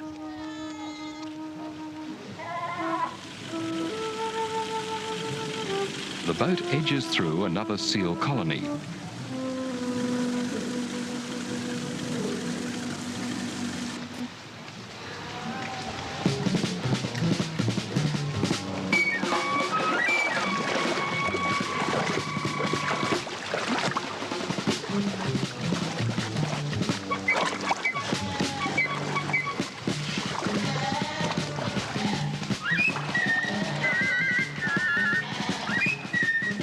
The Australian fur seal has strong, well-developed flippers, enabling it to climb steep slopes.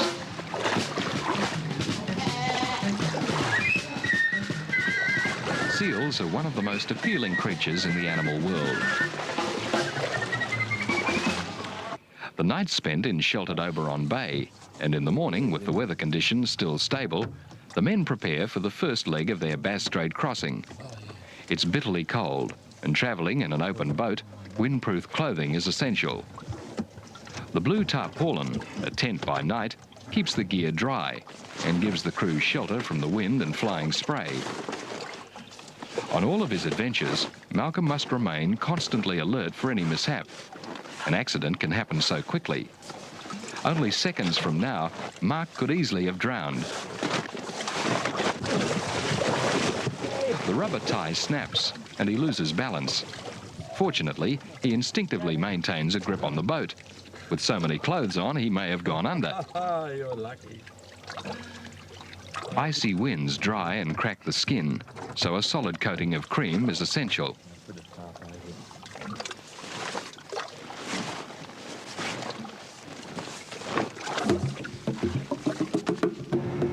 Playful dolphins join the inflatable as it swings south into the unpredictable waters of Bass Strait.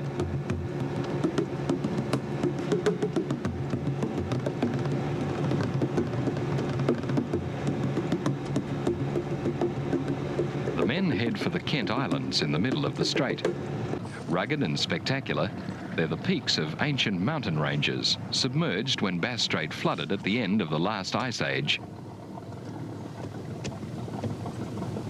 The Kent Islands are a group of three: Deal, Dover and Erith.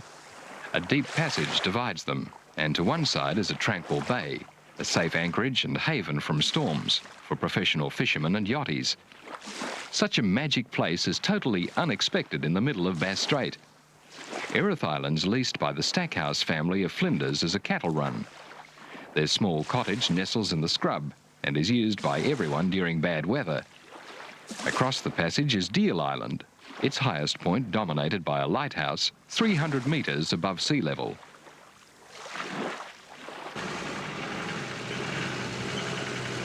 Contact soon made with Stan Day, the keeper, and it's up the steep winding track to have a look at the light. Wallabies, normally nocturnal, feed here all day, unafraid. Stan and his son-in-law are the permanent lighthouse keepers, the men working shifts to ensure the light never fails. Painstakingly built with immense effort in 1847, using bullock teams and convicts, it's now been signalling every night for 140 years. On such a glorious day, the view from the top's absolutely breathtaking.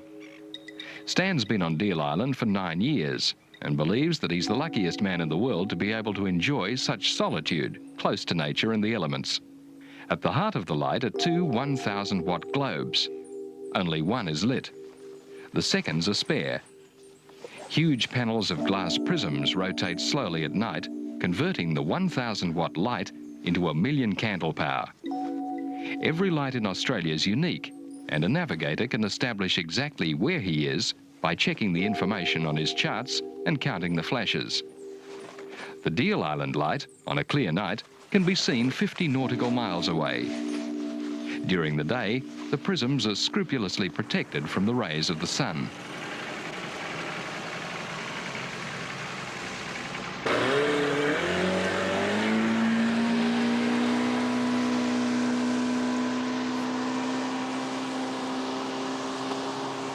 Taking advantage of the perfect weather, Malcolm decides to keep moving. And it's a good run from Deal south to Killiecrankie Bay at the top of Flinders Island.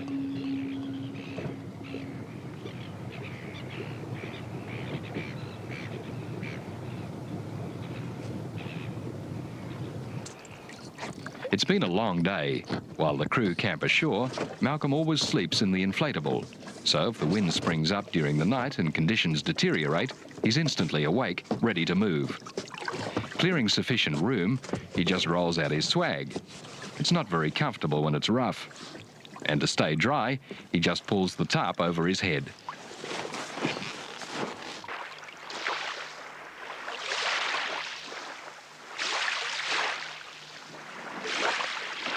Now, Killiecrankie Bay is the first safe anchorage after crossing Bass Strait from Wilson's Promontory via Deal Island. And Killiecrankie Bay is one of the most beautiful spots I've ever been to. Killiecrankie Bay is famous for the giant crayfish and the Killiecrankie diamond. Well, they're not diamonds, it's actually topaz. But once it's cut and polished, only the experts can pick the difference between Killiecrankie diamonds and real diamonds. I've been walking along the beach and I found 2 or 3 pieces, and with a bit of luck I'll be able to get it cut and polished to make a beautiful stone. Not far from here is a guy the locals call the Killiecrankie Diamond King, and his name is Alan Wheatley. Alan has found more Killiecrankie diamonds than anyone else, and I'm just about to visit Alan now. Alan, the Killiecrankie Diamond King, who has lived on Flinders Island all of his life, has developed a unique method of locating gemstones. During the winter, when the seas calm for a few days and clear, he dives in the freezing water with a large homemade vacuum cleaner to suck up topaz from the rock crevices. Each stone's checked for flaws or cracks and is graded before being sent to the cutter. Once the topaz are cut and polished, they take on their diamond-like appearance. Their value varies from a few dollars to several thousand, depending on size, shape and colour. From Killiecrankie Bay, the boat continues southwards, skirting the bays and inlets of Flinders Island. Before spending time on Flinders, they head for Cape Barren Island, the second largest in the Furneaux group. An island of mystery and intrigue. Stamped with history, it's rarely visited by outsiders. Nearby is one of Australia's best preserved early wrecks, the Farsund. On the 12th of March 1912, the Farsund under Captain Abrahamson was 59 days out of Buenos Aires, heading for Sydney to pick up cargo. Loaded with 600 tons of ballast sand, she was pounded by a southeast gale and ended up on an even keel in 3 metres of water. Anchors were put out and the captain headed for Launceston for assistance on a boat visiting Cape Barren Island.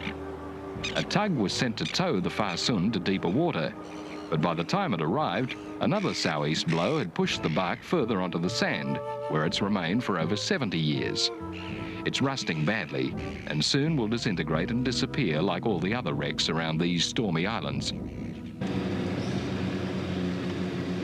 In the morning, as usual, it's cold and bleak.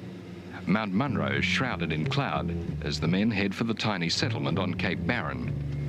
Of the 126 islands between Victoria and Tasmania, only 7 are permanently inhabited.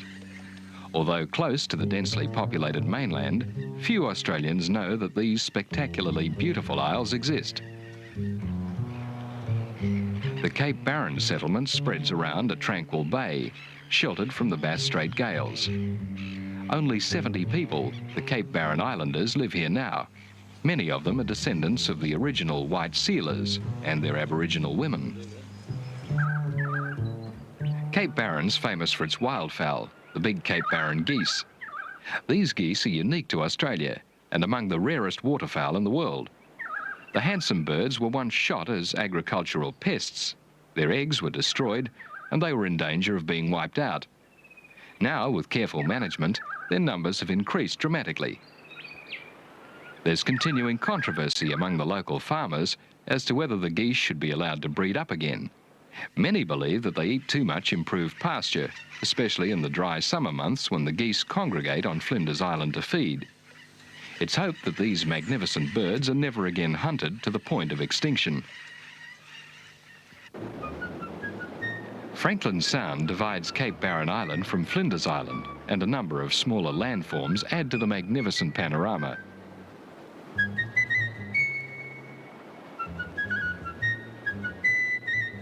Lady Barren, the deep water port for Flinders and the centre of the crayfishing industry, nestles at the top of Adelaide Bay. This will be the next stop for the travellers. We've just arrived at Flinders Island, and what a top spot. Beautiful scenery, lots of history and delightful people. Now before we leave Flinders, I want to get all the gear out of the boat, take it over to the main wharf where the crayfishermen come in and lift the boat up on the wharf just to check it all out underneath before we run down to Cape Barren Island, Clark Island and the other places, Crossbank Straits, and then down the east coast of Tassie to Hobart. Just while you're there, just have a look around and I'll tell you a little bit about the boat. We've got the two 70 horsepower Johnson outboards, double motors of course as a safety feature. All the fuel is in these inflatable blow-up bags. Each of those takes 65 litres, so we've got 450 litres, another 200 litres in the drum under that bag there. Now, under the centre console here, seat lifts up, we've got 3 radios. Another safety feature, all the dual controls, compass here. The big drums, all sorts of gear in there, life jackets and bits and pieces. Another one here. All our clothes are kept in these waterproof drums.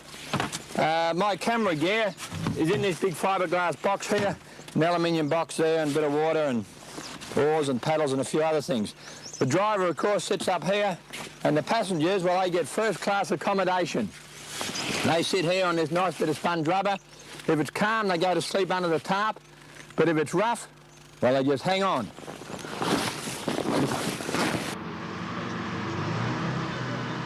Due to the size and shape of the inflatable, it must be lifted high from the water for a thorough hull inspection.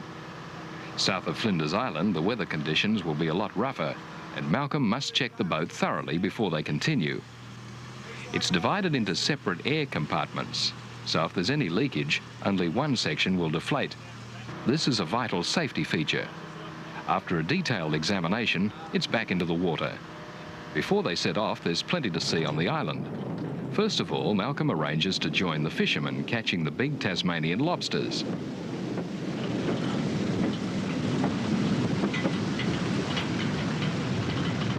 Jack Shaw's had his boat out of the water too, repainting the hull, but now he's heading out again to check his pots. The young deckhand prepares the fresh bait, and 2 hours' run from Lady Barren, the first markers are sighted. Pulling pots is a team effort.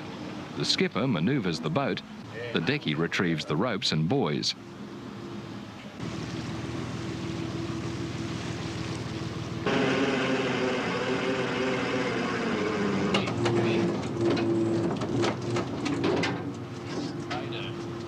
There's strict industry control, and Jack measures each cray to make sure that it's legal size.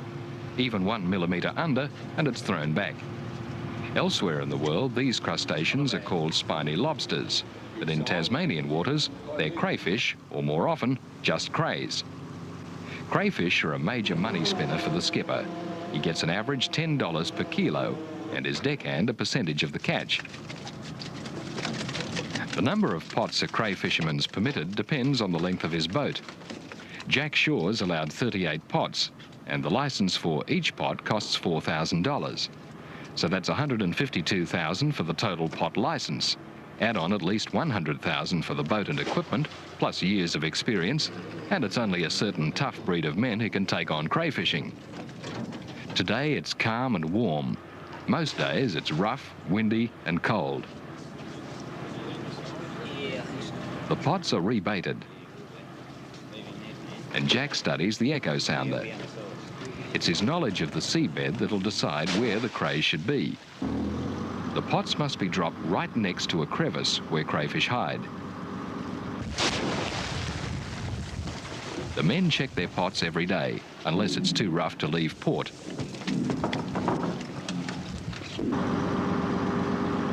All fishermen have their favourite type of pot. Bruce Greenough, another Lady Barren cray fisherman, always makes his own. The wood's collected deep in a melaleuca thicket. The shafts have to be long and reasonably straight. They're steamed for several hours to make them pliable.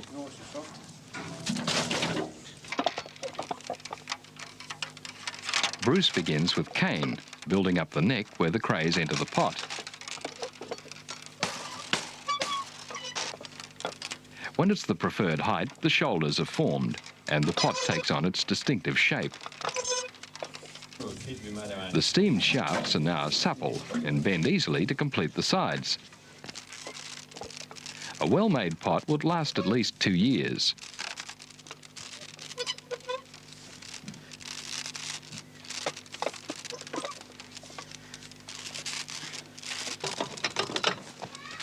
Heavy cable and wire is used in the bottom so that the pot will sit correctly on the seabed.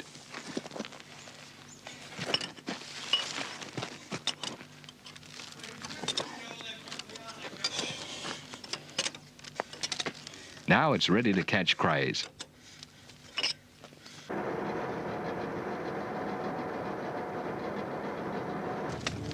A continuous supply of bait is their biggest problem, so the men always have their trolling lines ready.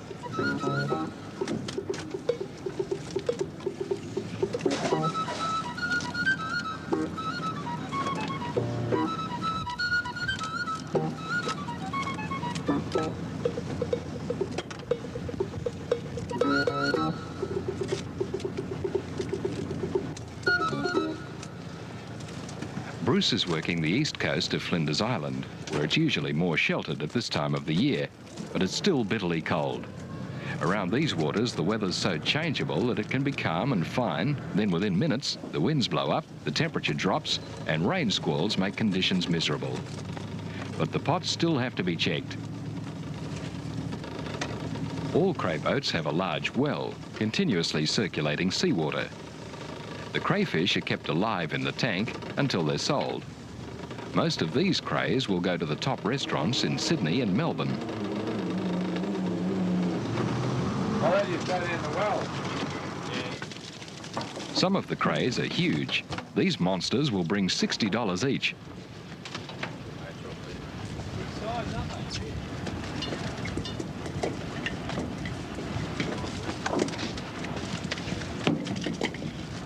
Bruce shows Malcolm a peculiar balancing act. Tickle a large cray on its underside and it stiffens, completely rigid. And other strange marine creatures also end up in the pots. Hermit crabs are the scavengers of the sea.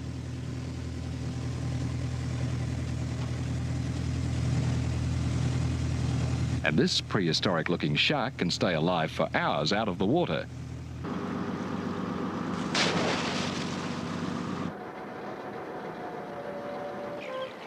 Every day's a hard day on a cray boat, but at least there's a reward. A good feed of tails at the end of it all.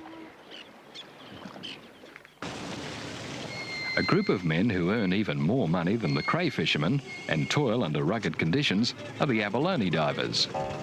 They swim all day below the surface, among the swaying seagrasses in the freezing water, collecting the elusive abalone from the seabed. There's always the chance of a shark attack, and a number of divers have been taken by white pointers. They surface whenever the bag's full. The incentive's great, the divers grossing up to $300,000 each year. Abalone is exported to the USA, Hong Kong and Japan, where it's esteemed as a delicacy. Because he's a lifesaver for New South Wales. One old skipper remembers a shark attack well. A young New South Wales surf lifesaver working as a cook decided to swim ashore from the boat for some exercise. And he got halfway and he decided to rest and float. And what happened then? As soon as he went over his back for a spell, the shark grabbed him. Yeah, they're not sure what sort of shark. I think it was a white pointer. He was lying on his back. We were in the motorboat going to go out about 2 miles outside where the ship was laying to pull these pots. Yeah. And he yelled, "Shark!" He's just swimming ashore to keep fit. If he could have swum another 10 or 20 yards, he could have walked ashore. And this white pointer, or I think it was a white pointer, came up, grabbed him on the behind, and you managed to go and pick him up. Yeah, we picked him up. And he was still alive? He was still alive, laying in one great big pool of blood. And he ended up at Yarram Hospital for about 6 months in hospital with 280 stitches. Yeah. And he's still alive to this day? Today he's married and he gets around with a little bit of a limp. That's all he's left him with. I've never heard that story before. And the doctor was Dr. Martin. For the time we got bit, we got in charge with 3 PI, that's Worspool Shore Station. Yeah. And I kept in touch with Dr. Martin all the way, and the moment we hit Worspool Wharf through the night, the doctor was there. They got him straight to Yarram. Straight into Yarram. The thing is about this story is that the fishermen never believed that the sharks would come into the shallow water in the winter, and it proved they were wrong. Flinders Island, named after the brilliant navigator Matthew Flinders, now has a population of 1,100. Those who don't carve a living from the sea are farmers, exporting their livestock to the Australian mainland. The island lies in an atmosphere of peace and tranquility, dominated by the brooding Strzelecki Ranges. Back in the 1830s, one of Australia's great tragedies occurred here at Wyberlina, when it became the home of the last of the Tasmanian Aborigines. The only building standing today is the recently restored chapel. A George Augustus Robinson, with immense missionary zeal, travelled throughout Tasmania gathering together the remnants of the tribes. 160 dispirited and homesick people were shipped to this area. Within a few years, 115 had died, and in 1847, the last 45 were sent to Oyster Bay near Hobart to die in peace. The last Tasmanian Aborigine to die was Truganini, a fine woman who pleaded in vain that her bones be buried with dignity and not used for scientific study. At Wyberlina today, all that's left of this sad period is an empty church where Robinson failed miserably to Christianise this ancient race. The inflatables repacked, and Malcolm prepares for the crossing to Tasmania. He's surprised to learn that his crew have some reservations about continuing. They're finding conditions too miserable, so have decided to head back to Sydney. 21-year-old Stephen Eastwood from Hobart joins Malcolm, and being used to the cold, he revels in the rugged conditions. Good-sized flathead are common in all the bays, and it's easy to catch a feed.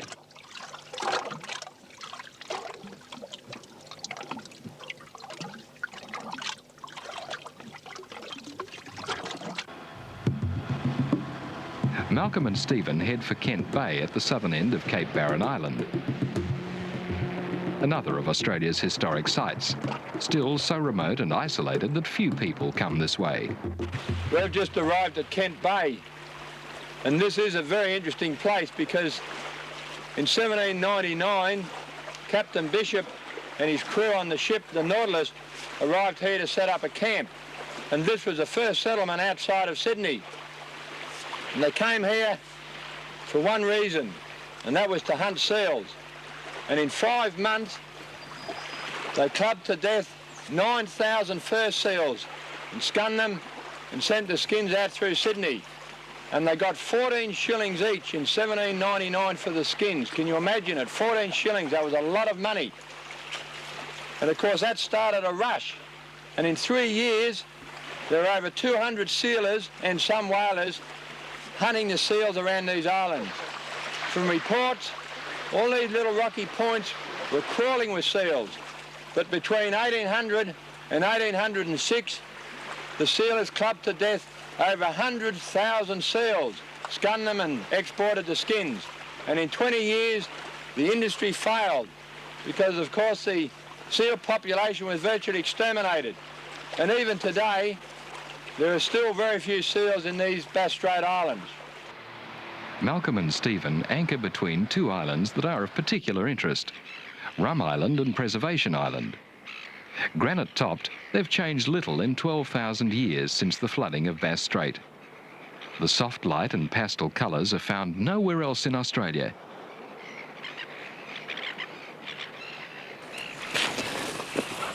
Well, here we are on Preservation Island. It's a beautiful, calm day. But back not long after the first fleet had sailed into Sydney Cove, there was a sailing ship coming through here with the name, the Sydney Cove. It was coming through these islands from Calcutta in an easterly gale, and on board was 7,000 gallons of rum and other cargo. Of course, in those days, there were no charts on these islands, and they smashed themselves up on this little island here, and miraculously, all the survivors got ashore, and that's why it's called Preservation Island today. And there's also a little point that's called Rum Island. Anyway, when they got ashore here, the captain ordered the longboat with 18 men aboard to row from here all the way north to Sydney. Well, they battled the elements of Bass Strait for 2 weeks, and they finally ran ashore on the 90-mile beach between Port Albert and Lakes Entrance. And the longboat was smashed up, so all they could do was start walking north to Sydney. And you've got to remember that it was a completely unknown coast. Well, within 4 weeks, 9 of them had died. Some of them from exhaustion, and some of them had been speared by the Aborigines. And for another 4 weeks, the remainder continued north, all the way along the coast towards Sydney. After another month, there were only 3 survivors. They were staggering along the beach near Botany Bay, exhausted, close to death, when they were picked up by a boat from Sydney Cove, taken to Sydney, and of course, a rescue boat was sent down here to Preservation Island to pick up all the survivors. And I just bet that they also picked up a lot of that rum, 7,000 gallons of it. These islands are the breeding grounds of one of the world's most amazing birds, the short-tailed shearwater, or as they're commonly called, mutton birds. Every year in September, they return to breed, to the same island, and usually to the same burrow, where a single large egg's laid. It's now well into the breeding season. The adults are at sea feeding. The chicks underground are silent. All the eggs are laid at the same time, so that the chicks hatch within days of one another.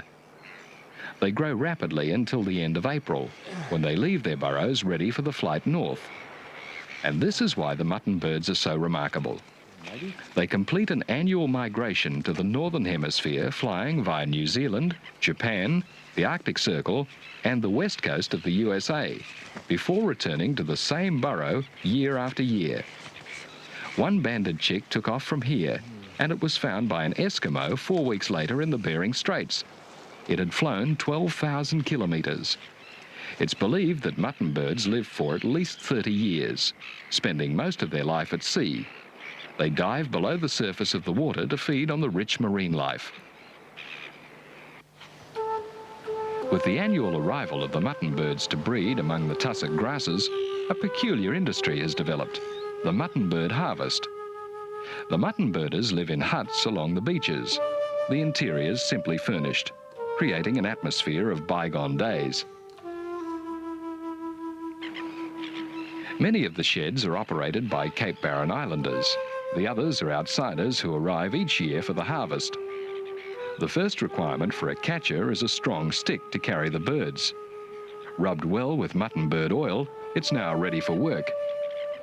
The commercial exploitation of chicks is strictly controlled by the National Parks and Wildlife Service, and each team works in a predetermined area. A shed operates with a team of about 8. The catchers collect the birds and carry them back to the sheds.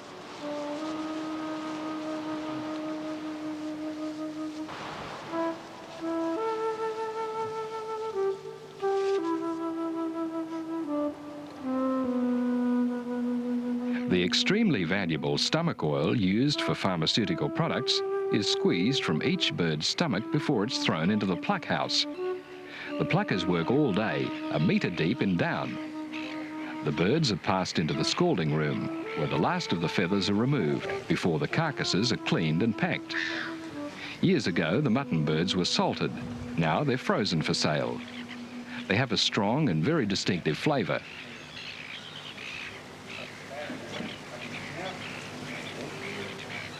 In former times, everything revolved around the mutton bird industry.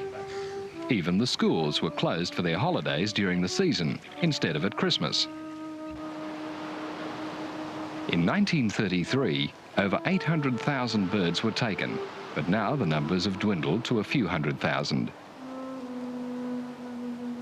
There are pressure groups trying to stop mutton birding, but it's a contentious issue, as it's still a traditional vocation of the islanders. Many of the islands have been declared wildlife reserves, stock have been removed, and mutton birding stopped.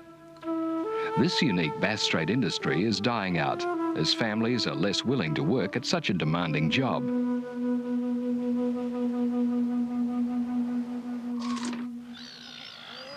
Down in front of the sheds, the gulls congregate, picking at the mutton bird remains.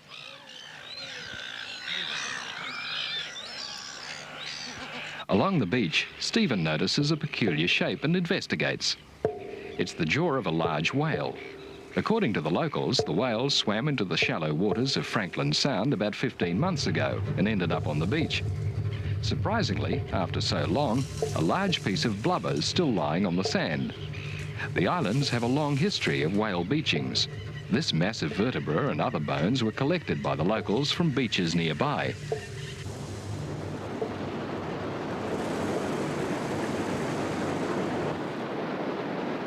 It's now well into autumn and the weather's deteriorating. Malcolm must keep moving. Stephen shelters under the tarp. Malcolm tries to keep warm while checking the charts as he moves along.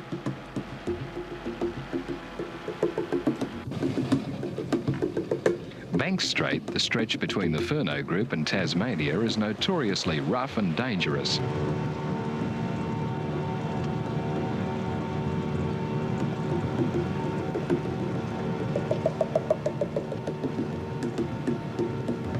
Malcolm's relieved when they reach the east coast of Tasmania and pass the lighthouse at Eddystone Point.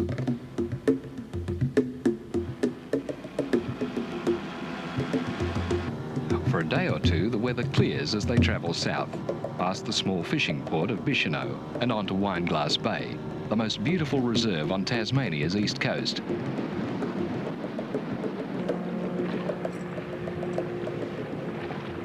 It's still relatively isolated because the road from Hobart finishes well inland and the bay can only be reached by walking for an hour or more along a bush track. Tasmanians still have large areas of forest. These woodlands are rich in wildlife, many of the species unique to Tasmania.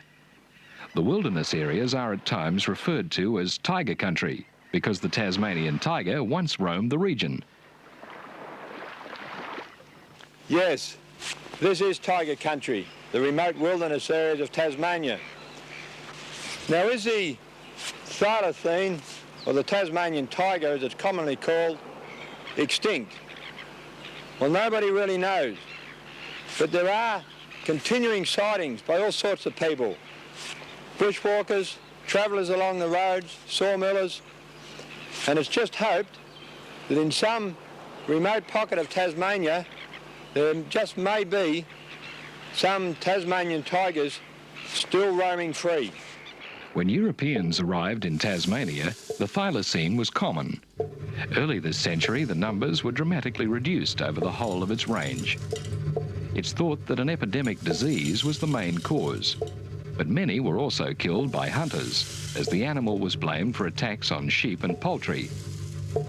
Before 1900, a government bounty was introduced, and between 1888 and 1909, over 2,000 scalps were handed in.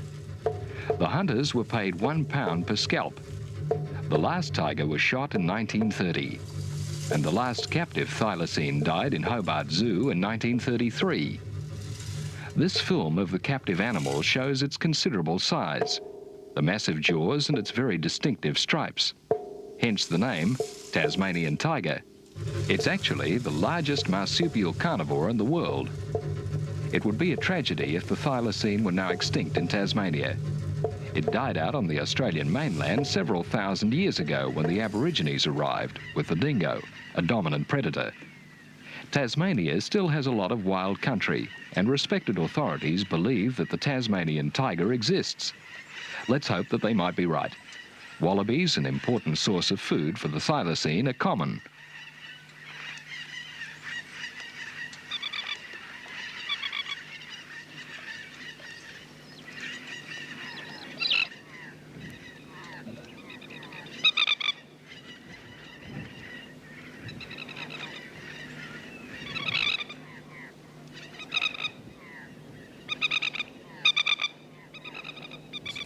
Late afternoon, and it's very cold, but this is the time of the day that I may see another one of Tasmania's famous marsupials, and this is the bad-tempered and what some people say ugly little Tasmanian devil. I reckon they're great. They sleep all day, come out at night. I don't know why they come out when it's so cold, but it's almost sundown, and if I'm lucky I may see one or two of them. The Tasmanian devil eats carrion, and this dead kangaroo attracts a group of young ones, snarling and growling. About the time that the tiger became extinct, The devil population also dropped dramatically. Now, once again, their numbers have increased. The biggest problem, boating in Tasmanian waters, is the changeable weather. After a day or two of calm, a cold front arrives and the mornings are bitter. As they leave Wineglass Bay, rain squalls and wind pound the inflatable, and it's heavy going until the depression passes and the weather clears.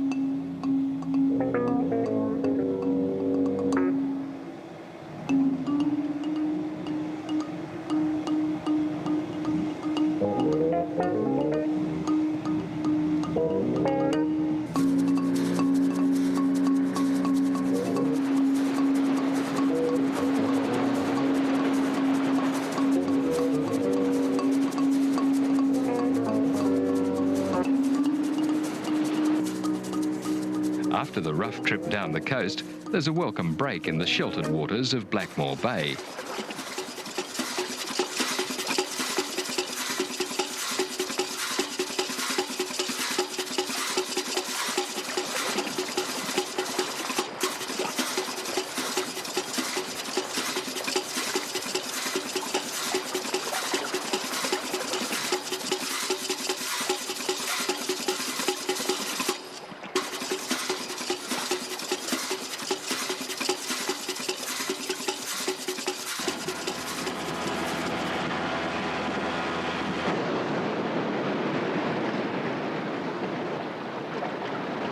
Pushing on, Malcolm and Stephen reach Tasman Island at the southern end of the Tasman Peninsula. These fluted cliffs of dolerite are an awe-inspiring spectacle. Only fishermen and yachties ever pass so close to these remarkable rocks.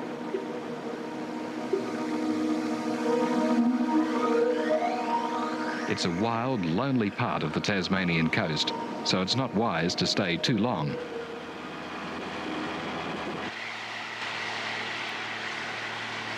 The next stop's Port Arthur, once Australia's most notorious convict colony. Now it's only a grim reminder of an infamous past. Founded in 1830 to cope with the enormous number of convicts coming to Australia, it earned a reputation as a brutal and dreaded prison. When it finally closed in 1877, 12,000 convicts had served time here. In 1835, the guard tower was constructed as extra security for the military barracks because the commander feared a mass revolt. Today, Port Arthur attracts visitors from all over the world, and every effort is made to stop the ruins deteriorating further.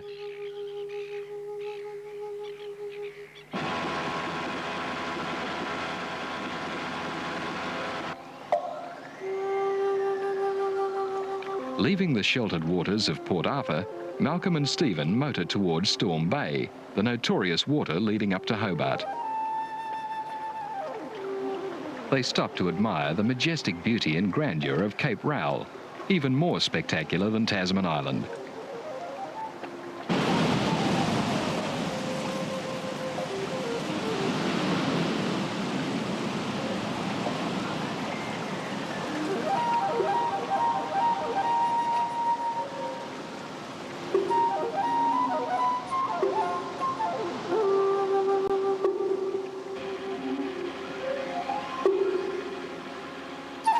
Later, they're in the Derwent River and tie up for the last time at the Hobart Wharf. For Malcolm, it's been a long, hard trip, but it's a journey he'll never forget.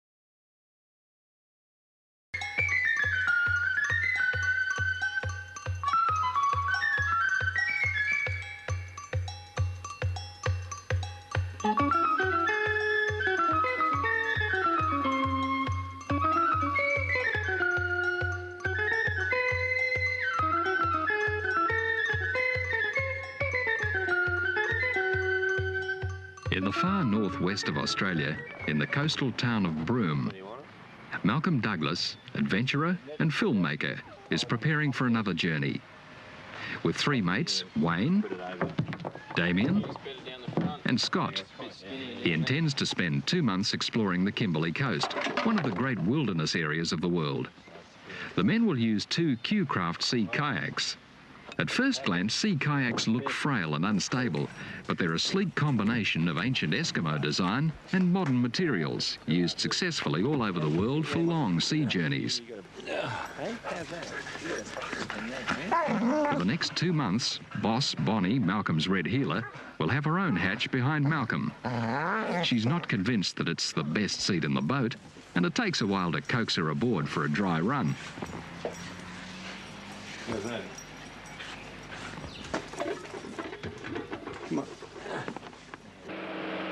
The team heads for the remote islands of the Buccaneer Archipelago, 250 kilometres north of Broome.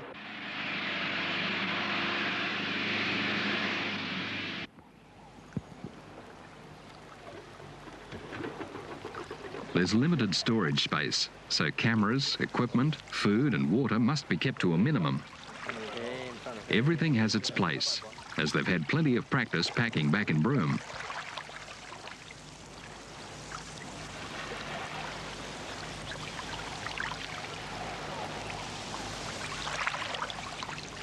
The next 2 weeks will be spent exploring the islands of King Sound, a maze of treacherous coral reefs, ancient eroded rocks and massive tides. This is the traditional homeland of the Bardi, a seagoing tribe of Aborigines. One Bardi man who retains his culture is Malcolm's old friend Tom Wigan. The men rendezvous with him. He's out hunting turtle. Damien and Scott are fascinated by Tom's traditional raft, and he's equally impressed by their Kevlar kayaks. For generations, the Bardi have used these unique rafts for island hopping and for hunting. They're made from a particular species of mangrove, held together with hard wood nails. Tom's one of the last Aborigines to use the old techniques for hunting turtle and dugong.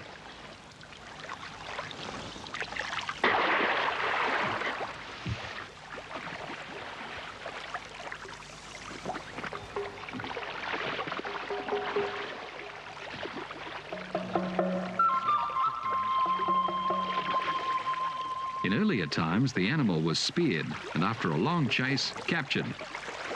Now with ropes, Tom's able to control his quarry. A protected species, turtles still the favoured meat of the coastal people, and they're the only ones permitted to hunt them.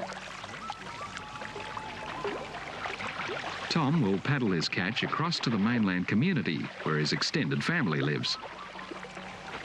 He'll be back in a few days to catch up with the others on his favourite island.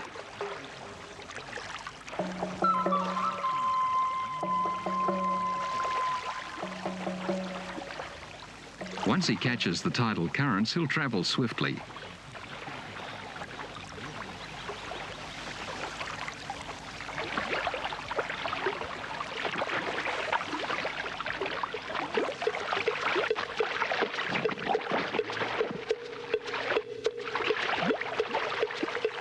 Only basic food can be carried, so fish must be caught daily. The deep gutters still holding water at low tide are teeming with many species.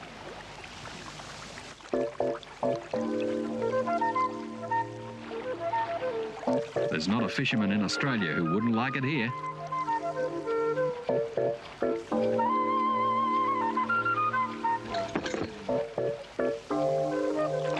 Malcolm's continually amazed by the amount of food the younger men put away. With such healthy appetites, fishing will be a top priority.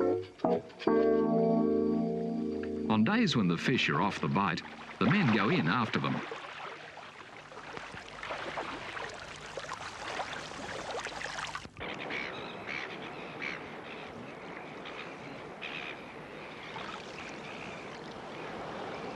There are countless sheltered bays among the islands, but this beach is Tom's particular favourite.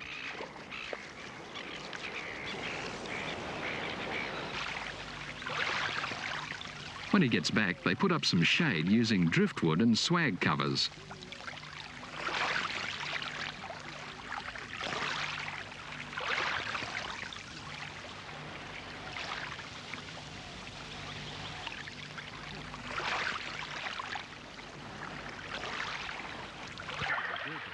On the main island, fresh water gushes from the rocks. The Bardi always collected their water at this spring.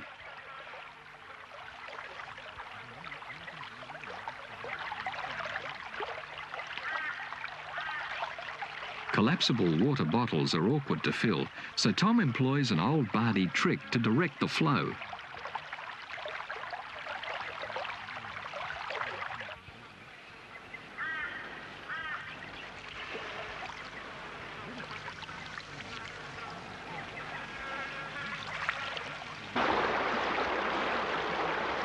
When the 10-metre tide drops, it's time to collect food from the reefs. 20 years ago, Malcolm camped on the islands and was shown the hunting techniques of the Bardi. Now, Tom and Malcolm pass this knowledge on.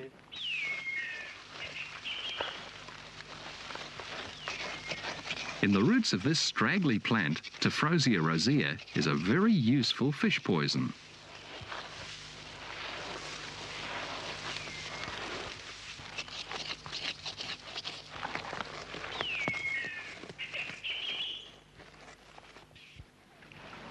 The roots are crushed and mixed with sand.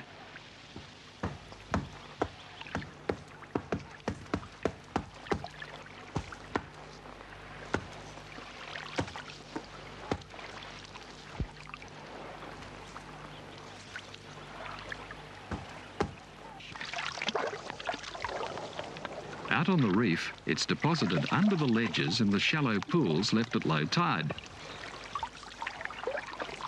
Within minutes, the toxin, rotenone, begins to work. It affects the nervous system, and the drugged fish swim erratically into the shallows.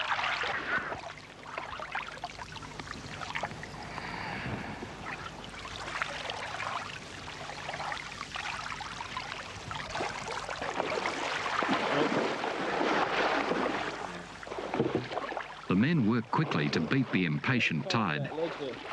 Within minutes, it will surge in to disperse the poison. A couple of jack over there too, coming up in a billbone.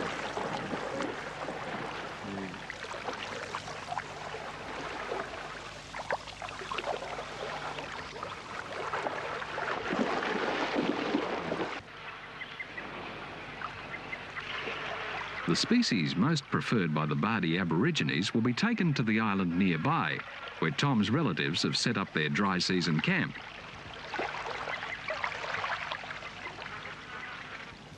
Back in 1971, Tom showed Malcolm how to catch frogfish, and now he explains to Scott and Damien how these fish are only eaten when the strong southeast winds are blowing and it's too rough to catch turtles. Frogfish line a hole with dead coral, then wait at the bottom for their unsuspecting prey to dart down the shaft. When a bait's dropped in, they're easily hooked.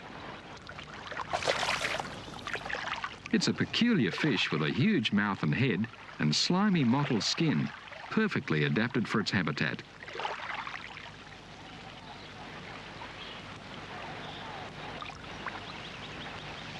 As the fish are released, Tom stresses that they're caught only when the weather's too bad for hunting anything else.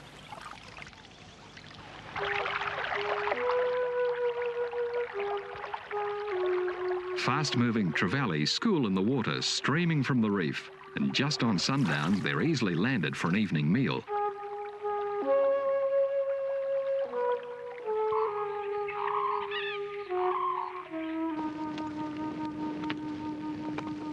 After 2 weeks among the islands, Malcolm's ready to move on, and Tom prepares what he calls a proper Bardi feed. A young turtle. Heated stones cook the meat. And it's finished off in the hot sand.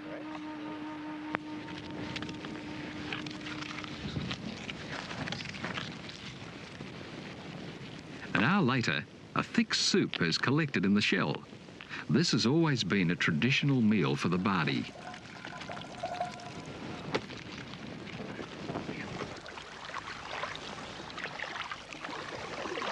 It's back to the Australian mainland now, for Malcolm wants to return to Broome to pick up his boat.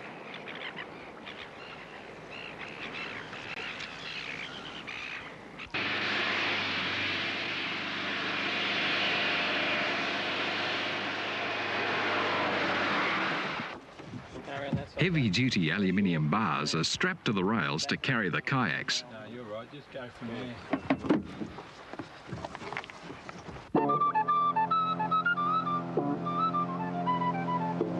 The men travel far up the Kimberley coast into the gorge country. This region is so vast that it would take many months to explore all the gorges using only kayaks.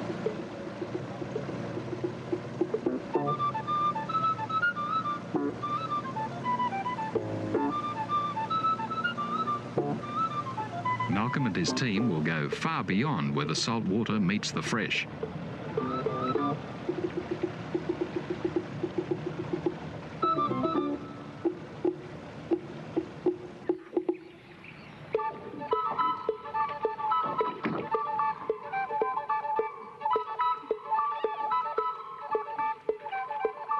They motor into a towering chasm where the muddy water shallows, and for an hour it's a struggle to edge the boat to a rock bar where the kayaks can be offloaded.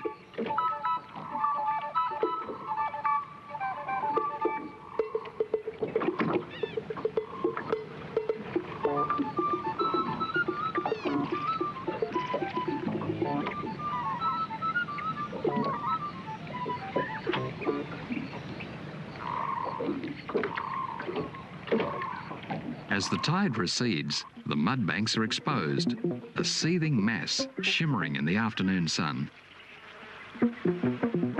Countless numbers of mud skippers are feeding. Perfectly adapted for this environment, their pectoral fins are so well developed that they can walk and jump over the ooze. Mud skippers absorb oxygen through their gills, allowing them to forage over the flats at low tide.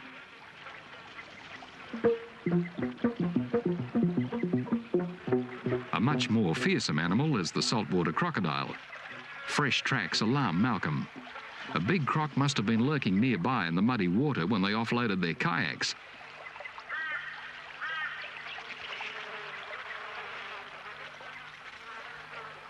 These isolated waters are also home to the mighty barramundi, a great fighter and superb eating. Wayne's lucky to land this one. He's hooked it in the tail.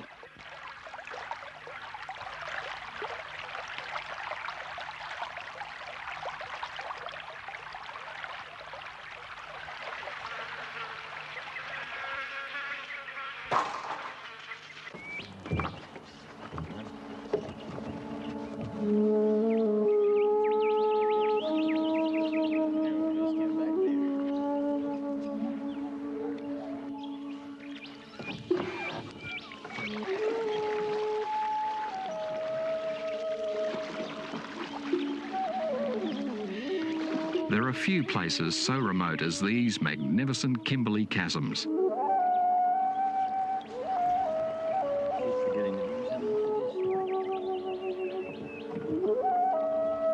It takes stamina to maneuver the kayaks over the huge boulders blocking the river.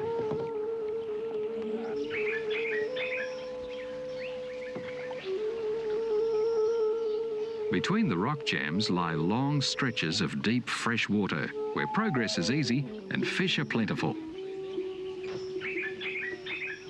They camp overnight on soft sand. At times during the wet season, this ledge would be 20 metres underwater. The morning sun highlights the ancient sandstone cliffs, revealing colours more vivid than anywhere else in Australia.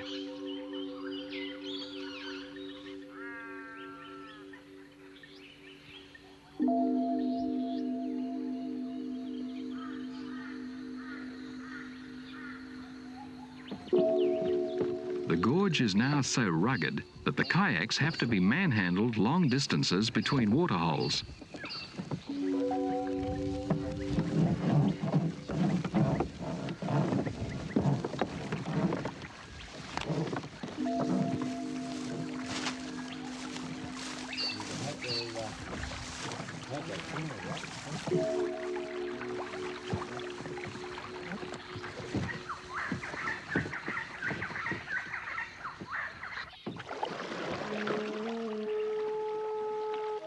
Few Europeans would ever have been on this river.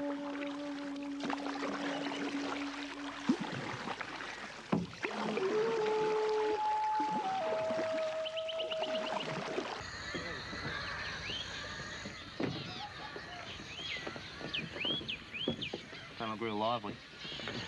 Fresh fish, as usual, is on the menu.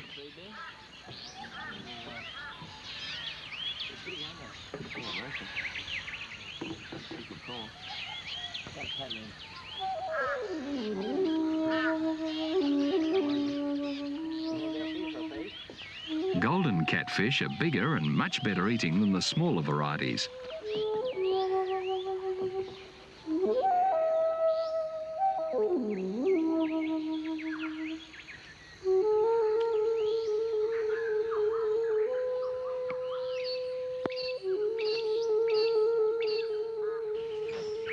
After 2 days spent exploring the gorge, Malcolm feels that the team should return to camp before the spring tides push too much water past the boat.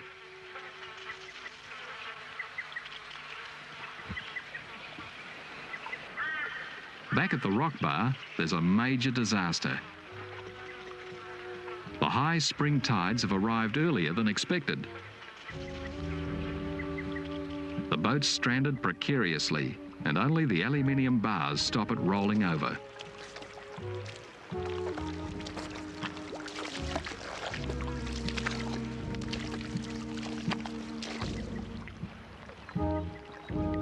Malcolm checks the fuel tanks for leaks.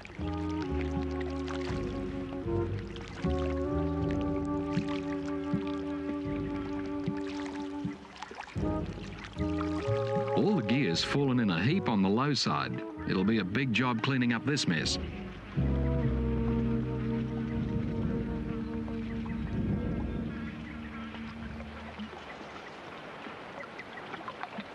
Malcolm had not reckoned on a rise in the tide for another day or two, and as the sun sets, it's a race against time to right the boat before nightfall. The boat has to be levelled or water will flow over the stern around midnight. Working frantically, the men finally manoeuvre the boat down into the gutter, and Malcolm spends the night aboard to ensure that all is well in the morning. Oh.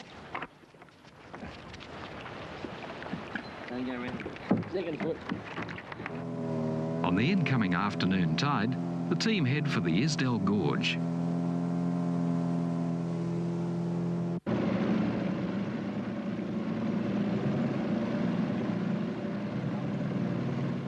After kilometres of mangrove-lined mudflats, the river narrows through the vivid ochre-coloured cliffs, so typical of the Kimberley.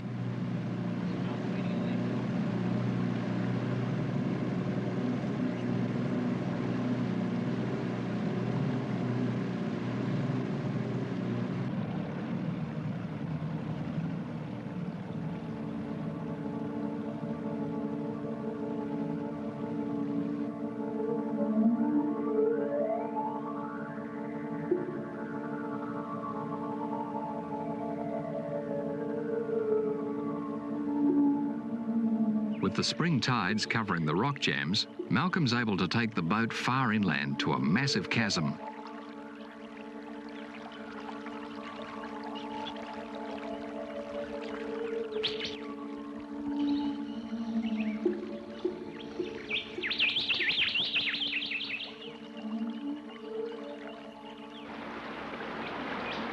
Barramundi are always found where a clear, fresh stream meets muddy saltwater.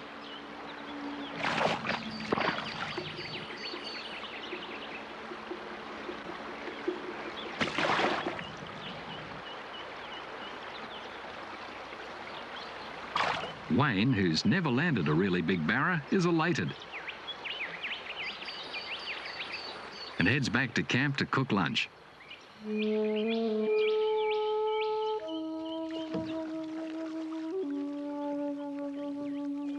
In his 25 years exploring the Kimberley, Malcolm has never seen this part of the country. Using the sleek kayaks, the men are able to push into unknown territory.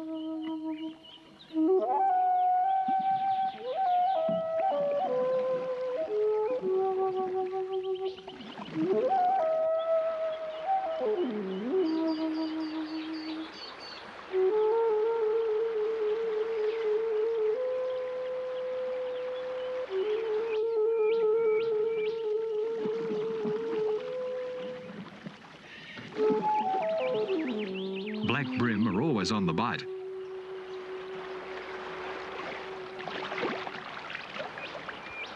Rock jams become more numerous and more difficult to negotiate.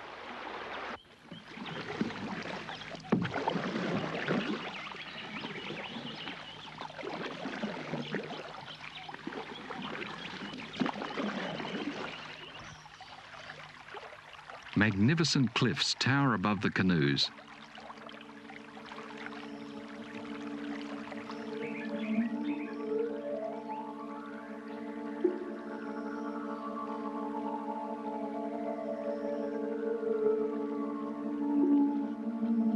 The only campsite they can find is on a smooth, water-worn rock ledge.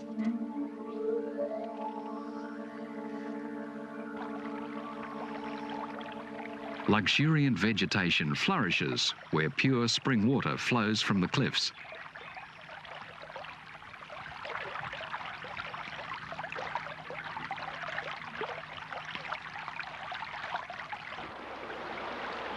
Reluctantly, the men head back to the boat before the big tides drop off and leave them stranded.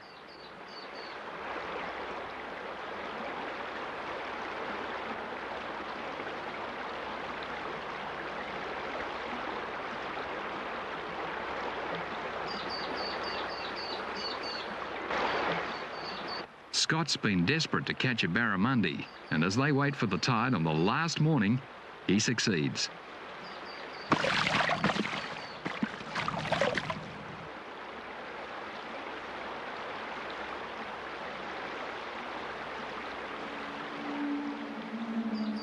Behind them stretches the magnificent Isdell Gorge that Malcolm believes must be protected as one of Australia's great wilderness areas.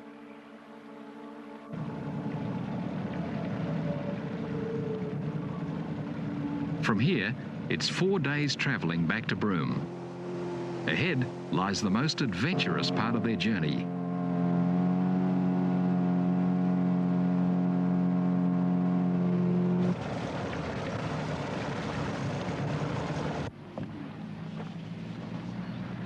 Not easy with too big. The men head north, 1,000 kilometres, up the Gibb River Road, heading for the Mitchell River. The road winds through the brilliantly coloured King Leopold Ranges. Late in the afternoon, the weather deteriorates and morning finds the men recovering from a miserable night. Rain in the middle of the dry season is most unseasonal and everyone's soaked.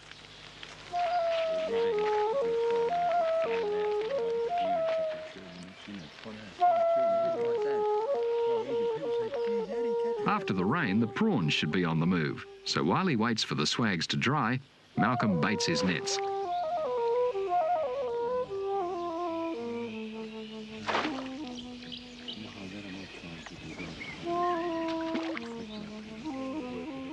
His first catch is interesting, but not what he's after.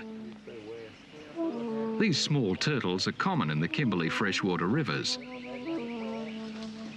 Waded through the creek.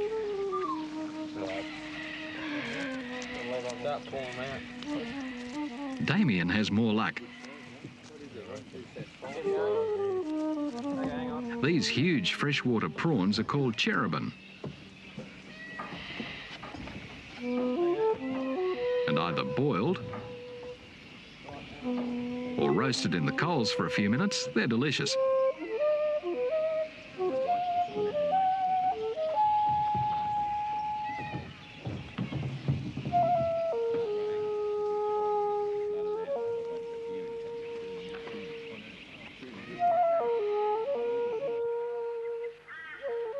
All along the river near the camp, grevillea is blooming. Most grevilleas ooze a honey-like nectar, and this one's no exception. It's good bush food. Sweet and filling after a feed of cherubin.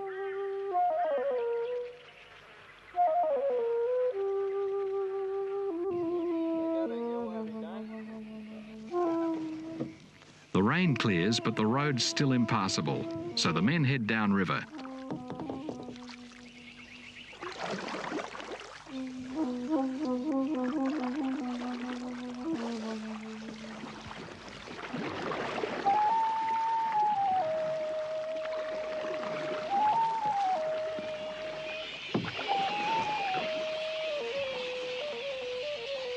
they come upon a colony of black flying foxes. These raucous animals usually leave their camp around sundown, flying up to 50 kilometres to feed on blossoms and wild fruit, returning before dawn to rest during the day.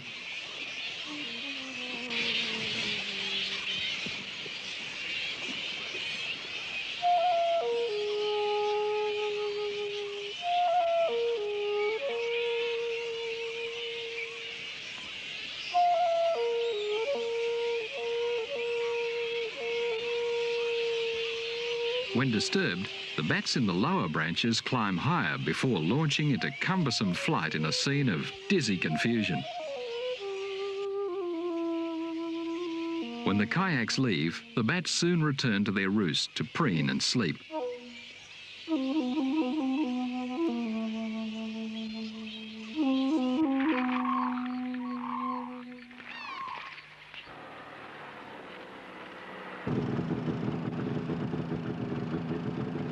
At Drysdale River Cattle Station, there's a shop, a garage and a phone and a fridge for tourists heading up the Gibb River Road. Malcolm rings Kununurra Airport to confirm his helicopter booking. A chopper will be needed to carry the kayaks into the Mitchell River, and the men plan to paddle all the way down to the Kimberley coast.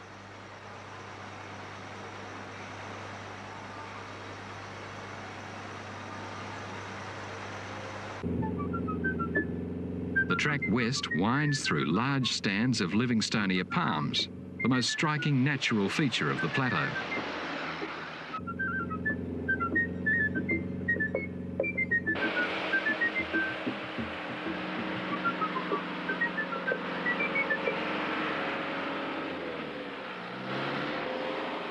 A few kilometres from the Mitchell Falls at the end of the track is the pre-arranged rendezvous with the helicopter. It's due in 24 hours, so the men hike into the Mitchell Falls, an unspoiled wilderness that's becoming a popular trek for the more adventurous round Australia travellers.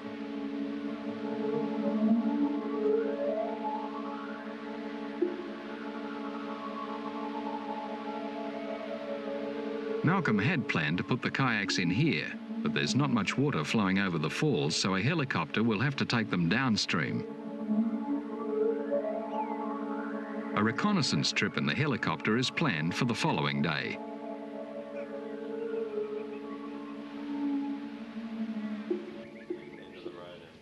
Early in the morning, a radio check confirms that the helicopter's on its way.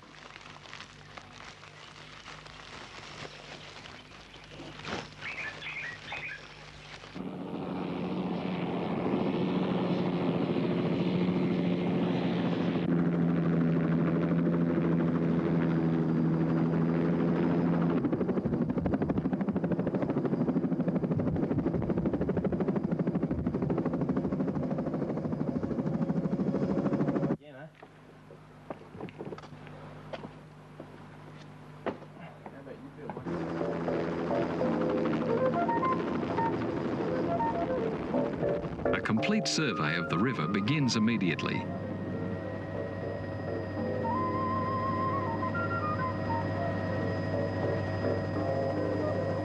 Below sprawls the majestic grandeur of the Mitchell Escarpment.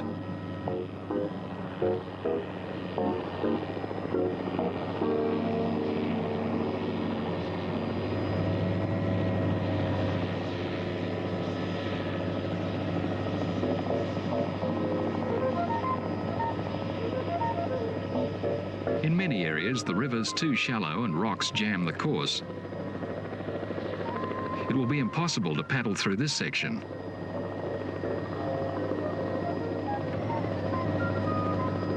Downriver in the tidal zone, there's plenty of water.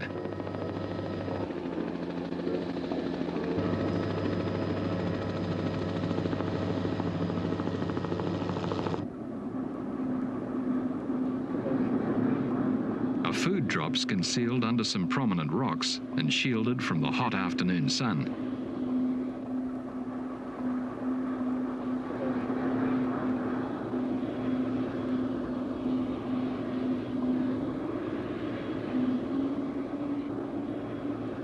Markers are placed high in the mangroves where they'll be visible from the kayaks.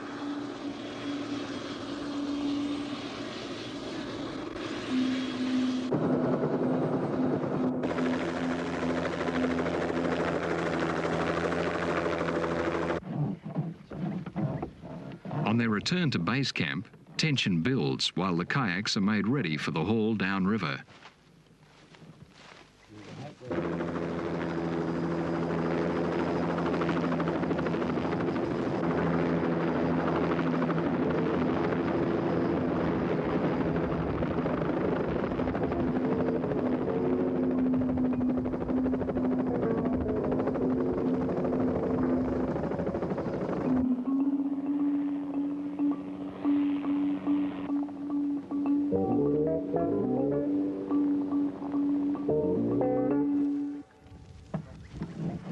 "30 minutes later, months of planning is wrecked when the kayaks are smashed on the rocks in a freak accident. The damage is too great to be patched up out here in the bush.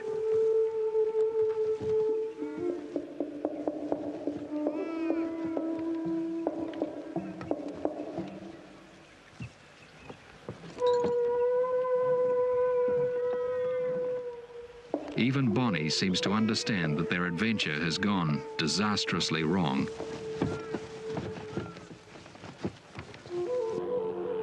Reluctantly, Malcolm decides that the kayaks will have to be taken the 1,000 kilometres back to Broome for repairs.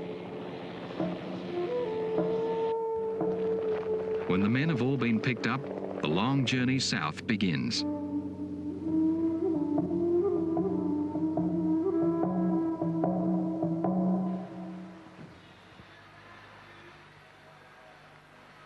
Raw materials are air freighted from Perth, and day by day, Wayne, a fiberglass expert, gradually reshapes and strengthens the kayaks.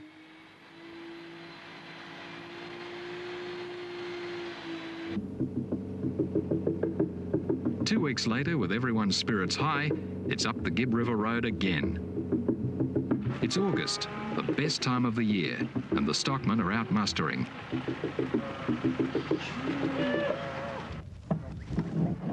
Back at their original camp, they prepare for another attempt to transfer the kayaks.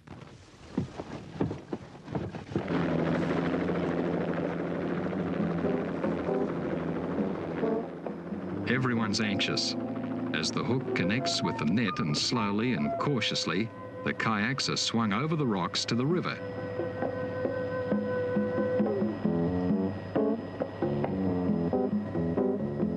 It follows the Mitchell down to the brown salt water. From this point, it will be possible to reach the sea. This time, the kayaks are lowered without mishap into the spinifex, well back from the gorge.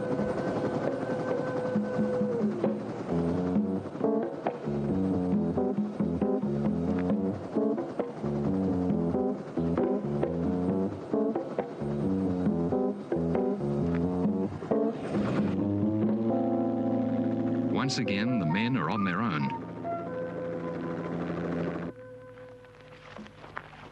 After all the hassles of the past fortnight, a day is spent hiking upstream.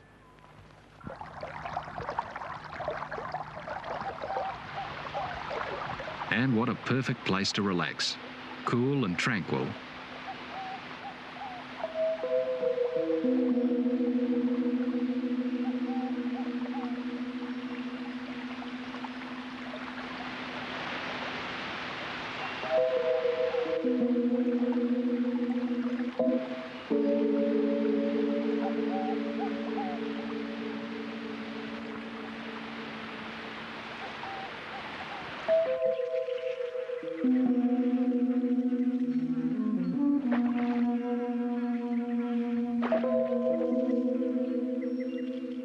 Paperbark is the aluminium foil of the bush. It's always been used by the Aborigines for preparing and cooking food. These sooty grunter, or as they're more commonly called, black bream, are baked in their skins. The best way to cook fish in the bush.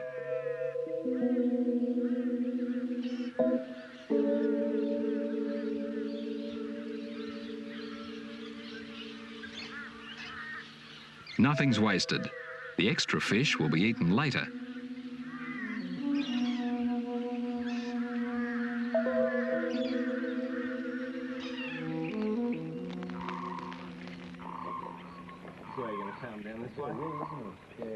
In the morning, everyone's keen to move on while it's still cool. Can you walk down there then? I'll go walk. Those rocks are pretty slippery. Do you want to get... Check them on my shoulder. On your shoulder, David. I'm going to go to the left. It takes a few hours to get the kayaks and all the gear down through the rocks and spinifex to the river.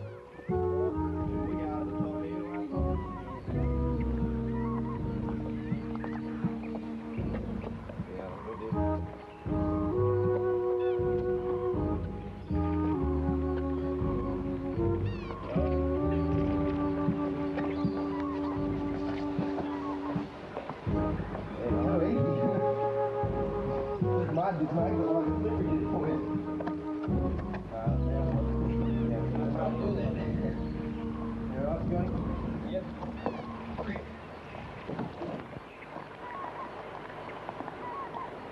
20 hours later, the water fails to arrive. The kayaks will have to be moved further downstream.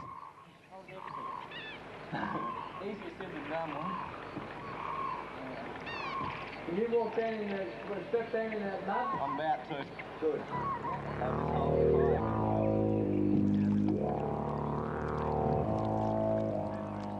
Malcolm and Damien struggle on in the mud, gradually moving to where there should be some more water on the high, neap tide.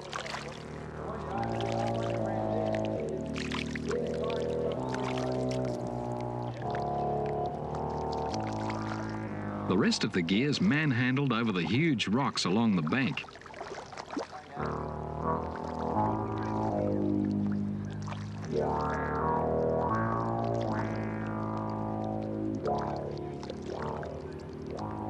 When the tide finally arrives, dangerous saltwater crocs appear.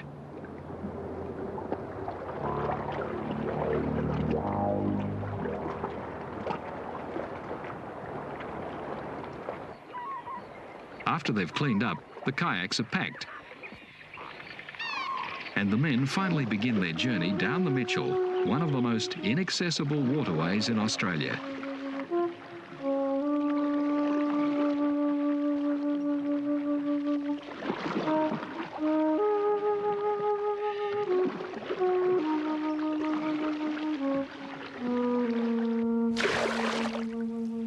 The smaller crocs are inquisitive, but they're not a serious threat. At this time of the year, when it's relatively cool, the bigger ones are less aggressive and usually keep their distance.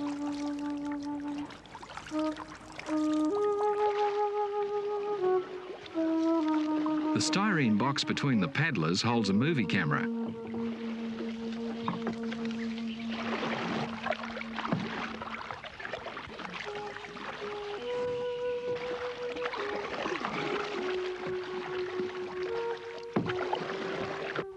Some days, finding a campsite is a major problem.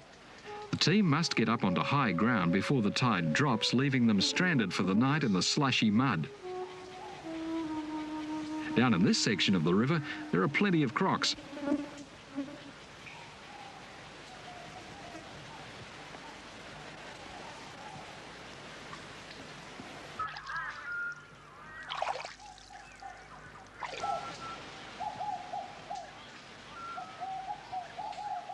Each day, the men break camp on the high tide.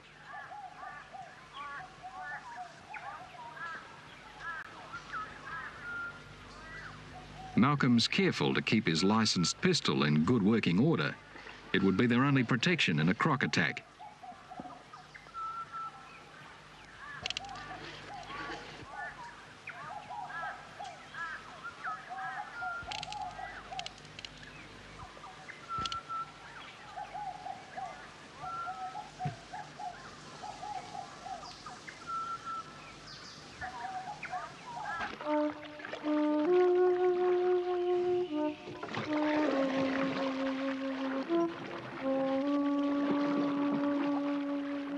Celebrations all round, especially for Scott and Damien when the party reaches the food drop. At last they can eat all the baked beans they want.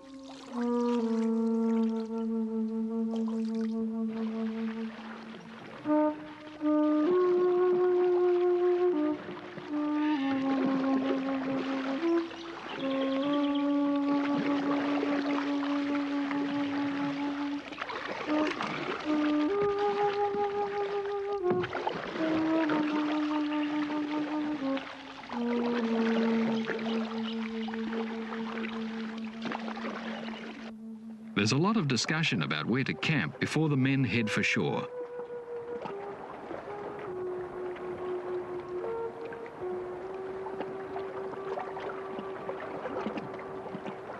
The kayaks must be safely beached before the tide goes out, leaving hundreds of metres of mud banks exposed.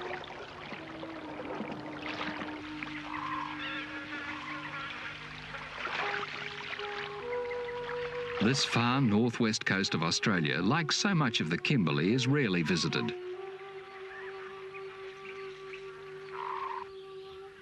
Food supplies are low again, and waiting for the tide, Malcolm's on the hunt for mud crabs.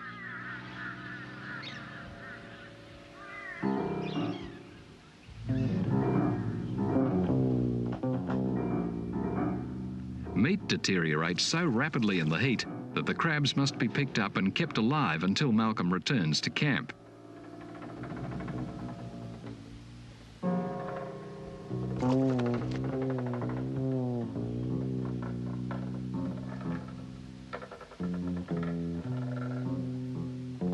This old warrior has a nipper and half his legs missing. He's not even worth the effort. His shell would be almost empty.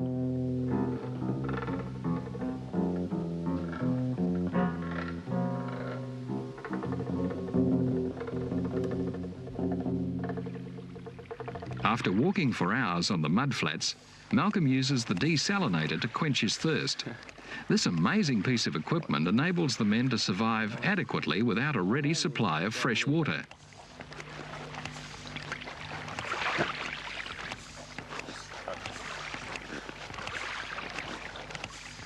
Everyone takes a turn pumping. Salt water is forced under great pressure through ultrafine filters. Only a small amount of fresh water is separated after each pump, and the rest, containing the minerals and salt, discarded. An hour's work supplies enough water for the afternoon. It's the middle of the dry season and the maximum daily temperature is still in the mid-30s, so 4 men and a dog need a lot of water.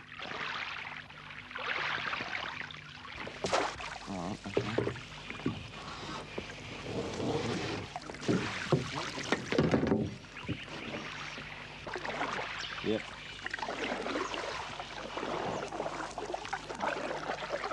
For a few days, no fish have been caught. So out towards the river mouth, Malcolm and Wayne are lucky to pick up trevally on the trolling lines. Almost immediately, the quivering fish attract sharks.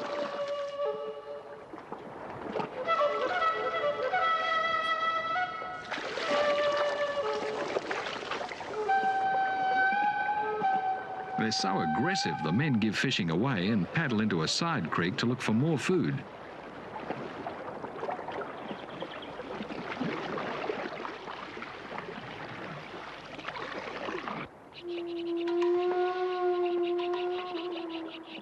A crab net's baited and set.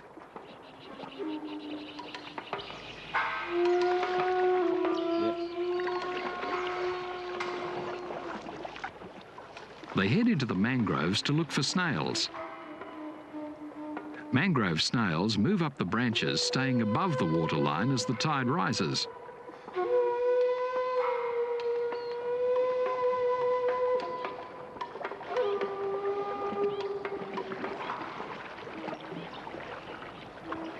Malcolm expected the young crocs to have taken the crabs that were moving in on the bait, but he's in luck.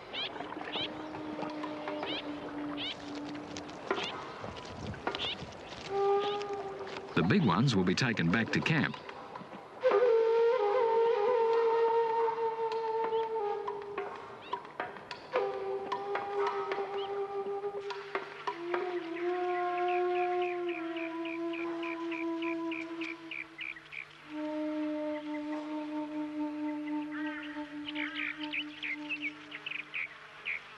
The mangrove snails, simmered for a minute or two, are delicious.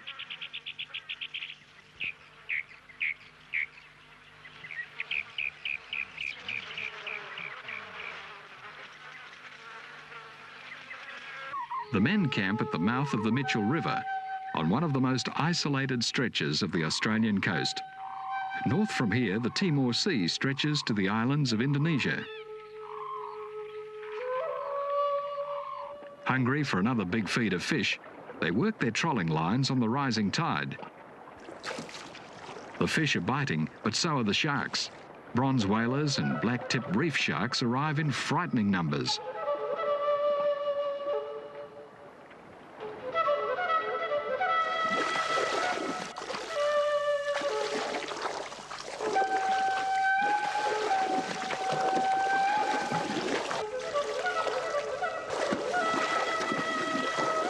Bonnie's lucky she isn't grabbed on the nose.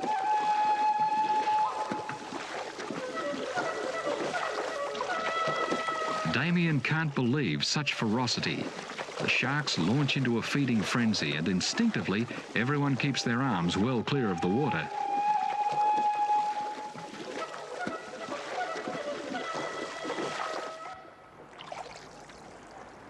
Paddling to another area, Scott and Damien are each able to land 2 good-sized trevally.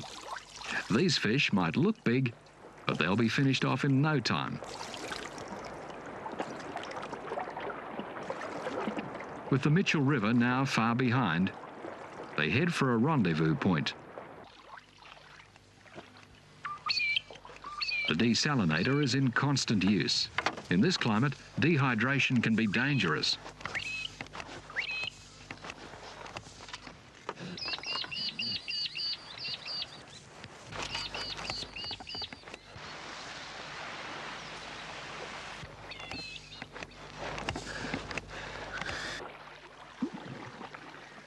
Pushing through rough seas and hazardous tides, they eventually reach the calm waters of Crystal Creek. Here, where an old mining track winds down to the coast, Malcolm has arranged for a young stockman to pick them up in the vehicle.